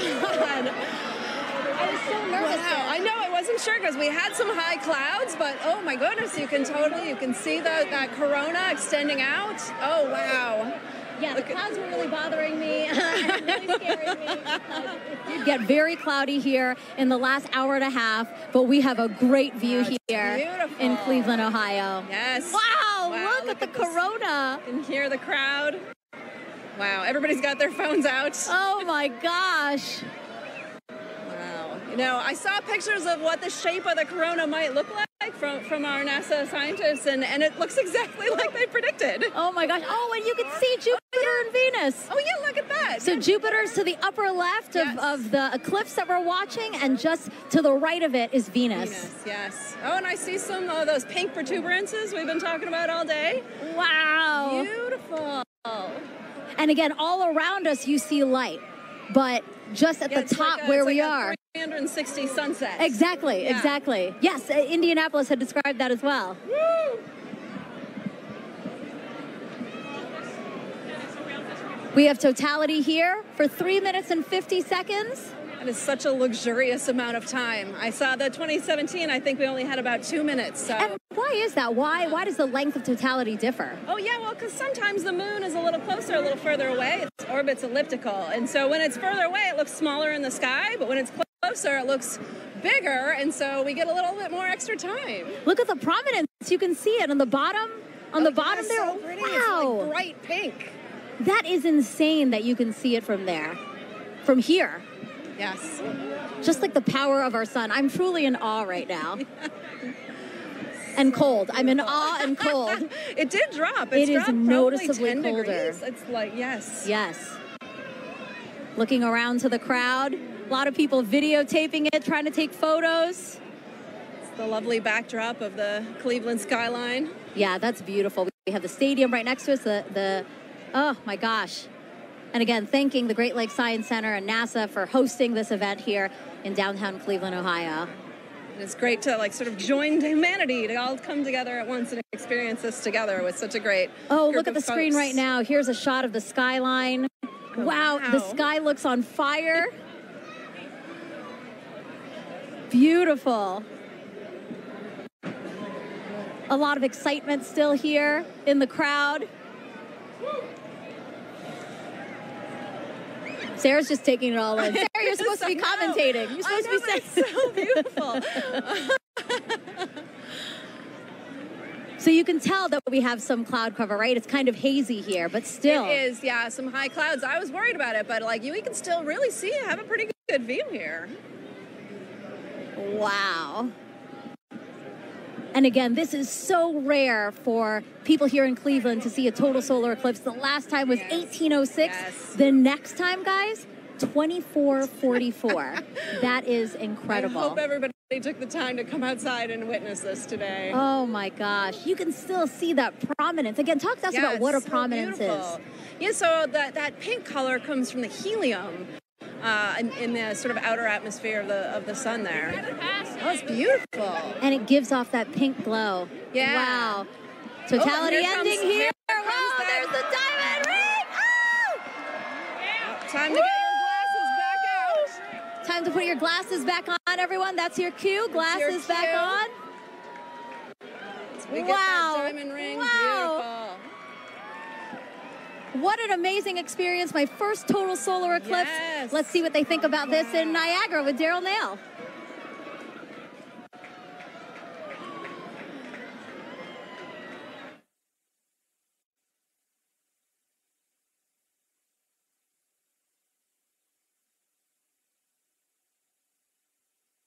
Over the entire area, you can hear the crowd erupting at various moments when the eclipse has been seen, but we are under pretty cloudy conditions, and David Sheeny is with us. He's a program executive with the heliophysics division. David, this is a challenging situation to be in order to try to see this eclipse. We've seen glimpses. We have seen glimpses, so we're basically spending our time staring at the sky, hoping for a little bit of a glimpse of what would be a totality. So right now, the sky has just completely gone dark. You see all the lights, basically, everybody's cameras and everything else are all making it lighter. And it's gotten significantly colder as well, just over the last several minutes. And it's like, it's fascinating to see it go night like this. We've been listening to everybody across the country enjoying totality and seeing it clear. That's not the experience we're having here. In fact, it's so cloudy that our telescope operator, Jessica Bellina, who's working very hard to try to get a lock on it, has not been able to get that telescope feed dialed in because she has to have a view of the sun in order to see it. So we don't have a feed for you from Niagara.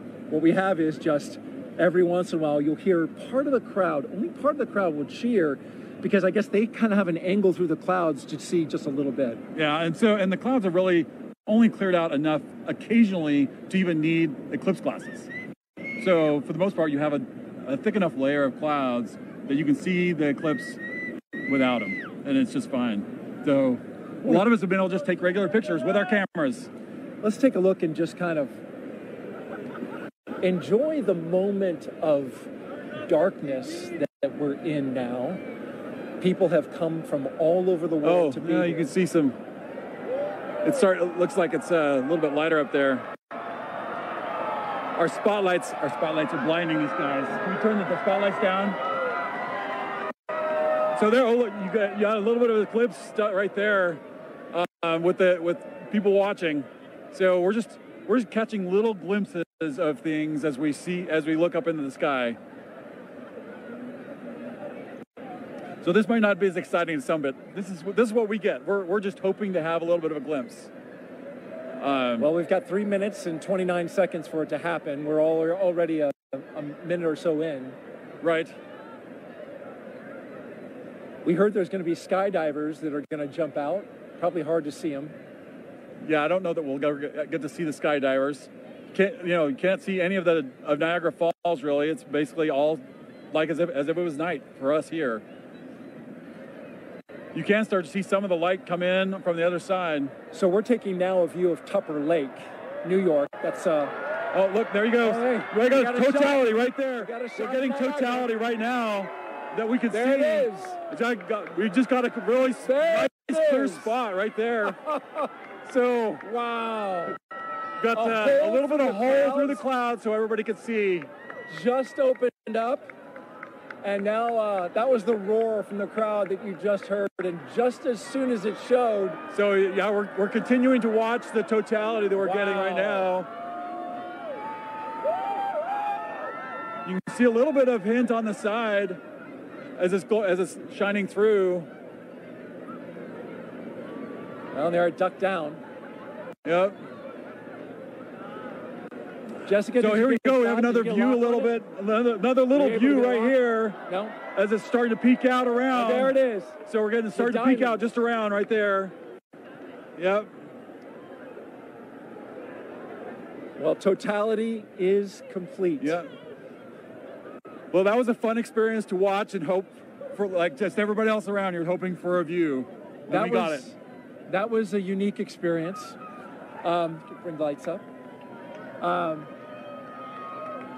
And suddenly night is turning into light and day. Yeah, we're getting some light again. Oh, although that's a lot of light. I was worried there for a second that we weren't going to get anything. David Cheney, thank you so much for joining us. Appreciate you sharing this experience. I was really worried that we were going to see something.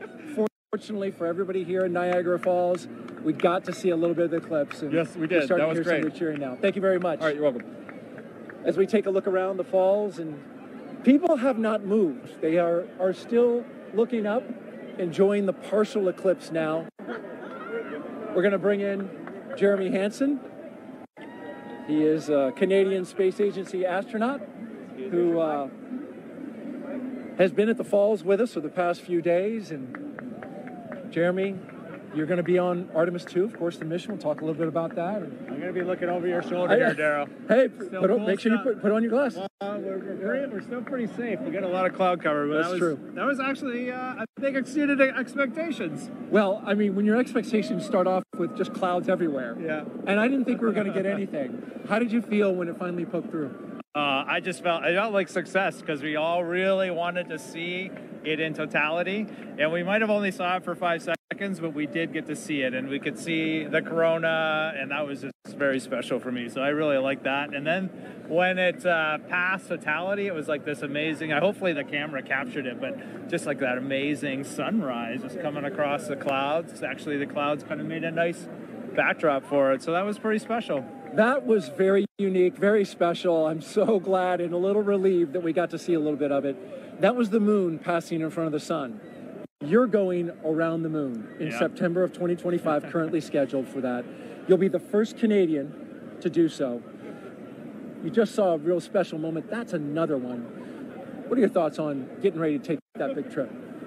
You can imagine I have a lot of thoughts about Artemis 2 and what Reed, Christina, Victor, and I are getting ready to undertake. But if I have to boil it down, a lot of it comes down to pride. I'm really proud of humanity for taking on these big challenges. We're really proud of the United States for their leadership, for creating this opportunity where other countries can express our genius, bring real contributions to the program. And now Canada is going to be the second country in the world to send a human into deep space. And it's got nothing to do with me. It has to do with the genius that the world is sharing. I just love that. That's amazing. Want to mention real quick, we are in full totality up at Tupper Lake, New York, not far from here in northeastern New York. We're here in western New York where light is continuing to shine and get a little bit brighter. It really is special, and we really felt that in the 4 days that you were here interacting with the public. Was that your sense? There's a lot of excitement around this celestial event that's happening and around space exploration in general, which I find really uplifting. I don't think space exploration solves all the problems or challenges of the world, but I do believe it is one of the pillars of those solutions. It doesn't matter what problem you're looking at, space plays a role. And I love it when I see our youth getting fired up about, asking me, how do I work at NASA? How do I work at the Canadian Space Agency? We're on the U.S. side here, but I've had some Canadians come up to me. It's just something that brings us together, this, the spirit of humanity. Just like this experience we're having here, it's a very, it feels like community. We're all out here, just humans, just being humans and sharing something special. And sharing it together was really neat, that communal part that you talk about. Like, I felt a little bit of a bond with everybody here now. Yeah. You as well. Appreciate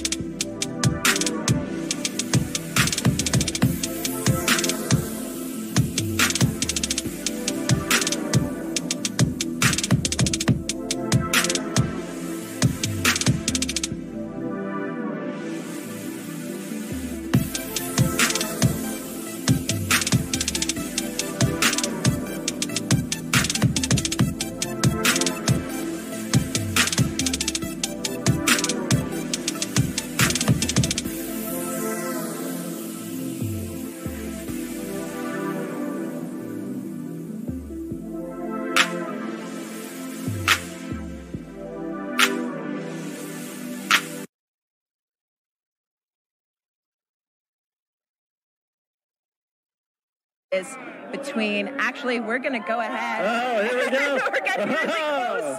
Oh my gosh, it looks like just a few more seconds until we are in complete totality. Oh my gosh. 5, 4, 3, here we 2, go. 1. You can hear everybody cheering. This is incredible. So let's go ahead and take off our glasses. We are in totality now. Oh, you can see the coronal spikes. My amazing. That is beautiful. Incredible. You can see a planet in the sky that you couldn't see before. Oh, wow. And I think, is that one of the, oh gosh, the there's some drone. There's a drone up there in the sky, too. Oh, my goodness. Oh, wow. It's incredible. The rays that you can kind of just see coming off of the corona. Yes, yeah. Stunningly beautiful. Yeah, that's got to be one of the most amazing things I've ever seen. And you can see the gradation in the sky color down to the horizon, Oh, too. my goodness. Yeah. I am seeing a bit of that 360-degree sunset. Yes, yeah. That is really cool. It's amazing. Even though we're in the total shadow here, there's still the corona is still pretty bright. It is incredibly bright. You could read by the light of the corona. I think I would have some trouble reading, but I probably could. I could technically read something.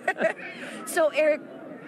Oh, and actually, we have the International Space Station flying over right now. So they are actually seeing not one, but 2 views of the eclipse. They're able to see not just the moon passing in front of the sun, but they're also able to see the shadow of the moon passing over Earth, which is absolutely incredible.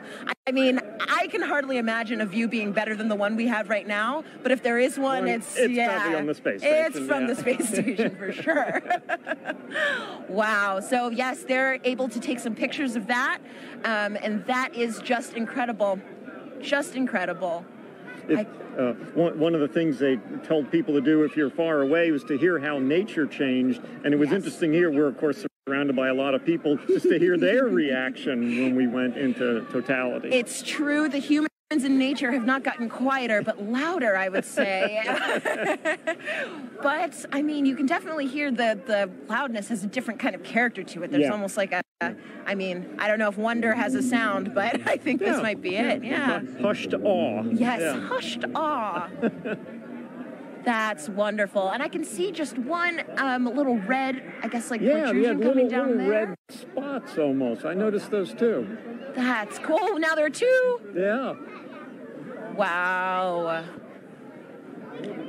That is just so cool. Yeah, I like the 360 sunset. It's a little hard to see behind us, but it's... oh, we've got at least one or 2 drones. Yeah, some... our robot overlords. Of course. And so, Eric, I know that, I mean, clearly with the drones, people are starting to get involved in the eclipse, and I know that there are lots of ways that people can actually get involved. One of those ways is with citizen science. Right. Do you mind talking about some of those opportunities, how people can actually... Sure. Yeah. We had citizen science programs where people could use their cell phones to take pictures during the eclipse. And we're getting ready to come out of totality. We're just put our glasses on. And here we go. Oh, there it is. Oh, it's peeking out. Everybody is cheering. We have just made it to the end of totality. We're starting to see the sun just peeking back out again. Now just look at the ground, how much brighter it's gotten. It is already so much brighter. That is so wild. That was probably one of the most amazing, but also fastest 3 minutes of my life. I wish I could do it all again. Yeah. All right. Well, that was incredible. Incredible to get to experience that here in Holton. Thanks so much to the city of Holton. And also thank you so much, Dr. Smith, for coming out and hanging out with us and experiencing this wonderful event. Oh, it was my pleasure. And congratulations to the city of Holton here for doing such an amazing job covering the eclipse. It was amazing. Well orchestrated. Above and beyond. Yeah. And I want to say, of course, a special thank you to photographer Dave Bowman, who has been giving us these incredible images from the telescope feed. And we're going to enjoy as the rest of the eclipse kind of ends here, going back in the direction that it came. And with that, we're going to send it back over to you, Megan.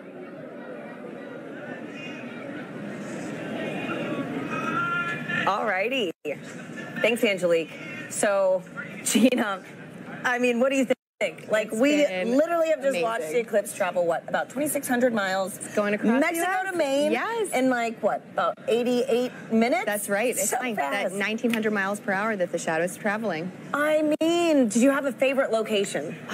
For me, I think between Russellville and Dallas, just getting to hear some of my colleagues and their excitement, too, it was amazing. Oh, my goodness. Yeah, no. So, I don't know. I have to be a little bit biased. We did have some cloud cover here. We did. But to see it with your real eyes was just... And we had that moment, which was... We did, yes. It was amazing. And so it's really cool, too, just to think about how millions of us now have this shared moment of what could be a once-in-a-lifetime event. It's true. And so, folks, we have time for some more questions from our viewers. And again, we have another great question from Mackenzie, who's in the 3rd grade. Okay. Let's roll it now.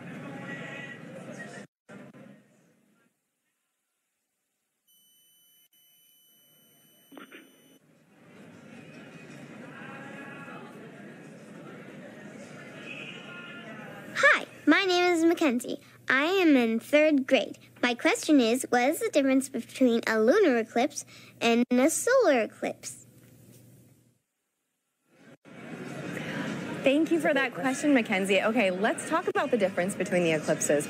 Now, the solar eclipse that we had today is when the moon crosses between the Earth and the Sun. But we also get lunar eclipses, and a lunar eclipse occurs when the Earth crosses between the moon and the Sun. So it's really about where the shadow's going. Today, we have the moon shadow projecting on the Earth. During a lunar eclipse, we have the Earth shadow projecting onto the moon. So that's the main difference there. That we just saw, too, those incredible views from space, That's you right, know, from to see that second perspective view. And so I've got another question for you right now. It's going to be Eli on Reddit, who wants to know, there are quite a few solar eclipses in the world every few years. So why is this one scientifically interesting? Okay. So yeah, we do get solar eclipses and lunar eclipses maybe 2 to 3 times a year. However, the total eclipse that happens today, total eclipses are about every 1.5 years. And that is a rare opportunity for us to look at the corona, study the corona in a way that we can't do during the other types of solar eclipses that we have. So and during the solar maximum. Exactly, during the solar maximum. So for this one particular, you know, we were talking about the solar activity that we were seeing on the limbs during the totality. Yeah, there's just a bunch going on today. Just amazing. So, you know, Gina, too, thinking about how many people across North America today witnessed this one moment, it's a good reminder that humanity has been experiencing these eclipses for centuries. And, you know, there are different meanings for these events in different cultures. Let's check in with Joy in Dallas to learn more about indigenous astronomy. Joy. Hi, and welcome back to Dallas, Texas. I'm with Dr. David Begay. He's an indigenous astronomer and also a member of the Navajo Nation. David, thank you so much for joining us. So when people think about science, they might be thinking of Western science. So, David, how does that relate to indigenous science, and what did the total eclipse mean to the Navajo people? I think the knowledge on the eclipse goes way back, from time immemorial, I'm told by my elders. And they knew that when you look at the sun directly, you can damage your eyes permanently. And so they knew that about the danger of looking at the eclipse with the naked eye. So people were encouraged to go inside to ensure that people weren't looking up, especially the kids. So it goes way back. And as far as eclipses, it's a time of renewal, the sun alignment with the moon and also the earth alignment. The whole cosmic cycle goes through a regeneration process. It revitalizes the process. And so it's a gift that goes on for many years, over and over. It's a cycle. And as far as science goes, there's different definition of science. Thank you, David. Thank you. It's been an honor chatting with you. So thank you to everyone here for joining us. Thank you for the Arboretum for hosting us for this very, very magical moment. This has been an experience of a lifetime and one that I definitely won't forget. So let's head back to Tahira and Gina in Kerrville, Texas. Thanks, Joy. We're joined now by Jamie Favors, the director of NASA's Space Weather Program, to tell us more about some cool science that launched today during the eclipse. Welcome, Jamie.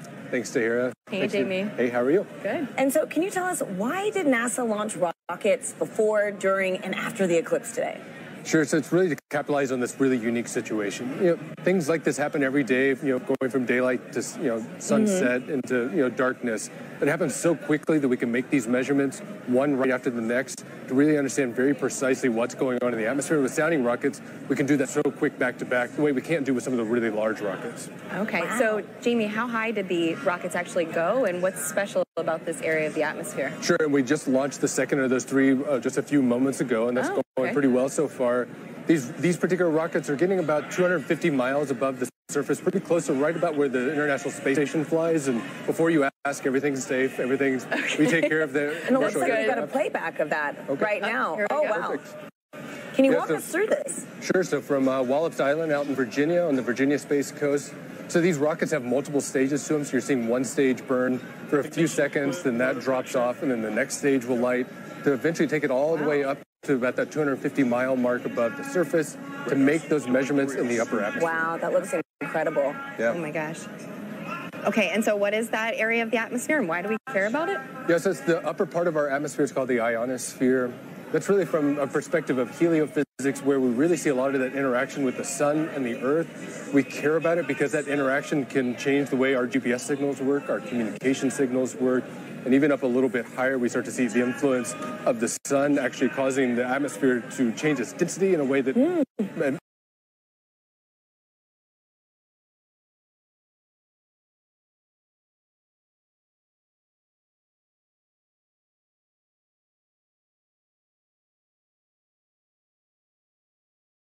can impact the way satellites orbit the Earth as well. Sure. Okay. Great. And so, Jimmy, today we've been doing this fun poll, you know, to see who is Team Sun, Moon, and Earth. What team are you repping today? Well, other than Team Science. Don't choose the wrong answer. Well, my bosses would make sure I go for Team Sun today for sure. Oh, man. Okay. Well, thank you so much again. Thanks, Jamie. And, folks, it is time now to say goodbye to our friend, James Traley, who has made sure we've known where and when to look up all day. James, thank you. Yeah, thanks so much, Tahira. It's been fantastic tracking this eclipse across North America all afternoon with you. If you're still in the path of totality, you might be in a boat somewhere off the Canadian coast taking this all in. I hope you enjoy that view, that fleeting moment. We've made a big journey across. I can zoom out here on our eclipse board. You can see we started all the way down here in Mazatlan, Mexico. We've trekked all the way across and are now, like I said, breezing past Canada now into the Atlantic Ocean. It's been fantastic to track this. And if I turn on the shadow of our penumbra, you can see this highlighted area. Anywhere in there is still experiencing a partial eclipse. So if you're in that partial eclipse area, be sure to have your eclipse glasses at the ready so you can take in that fleeting moment. We just went outside a few moments ago here at Kennedy Space Center to take it in. It's fantastic, beautiful view. It's really cool to see. You got like a little chunk out of the sun there for us here, only about 50% coverage, but still fantastic to see. So really,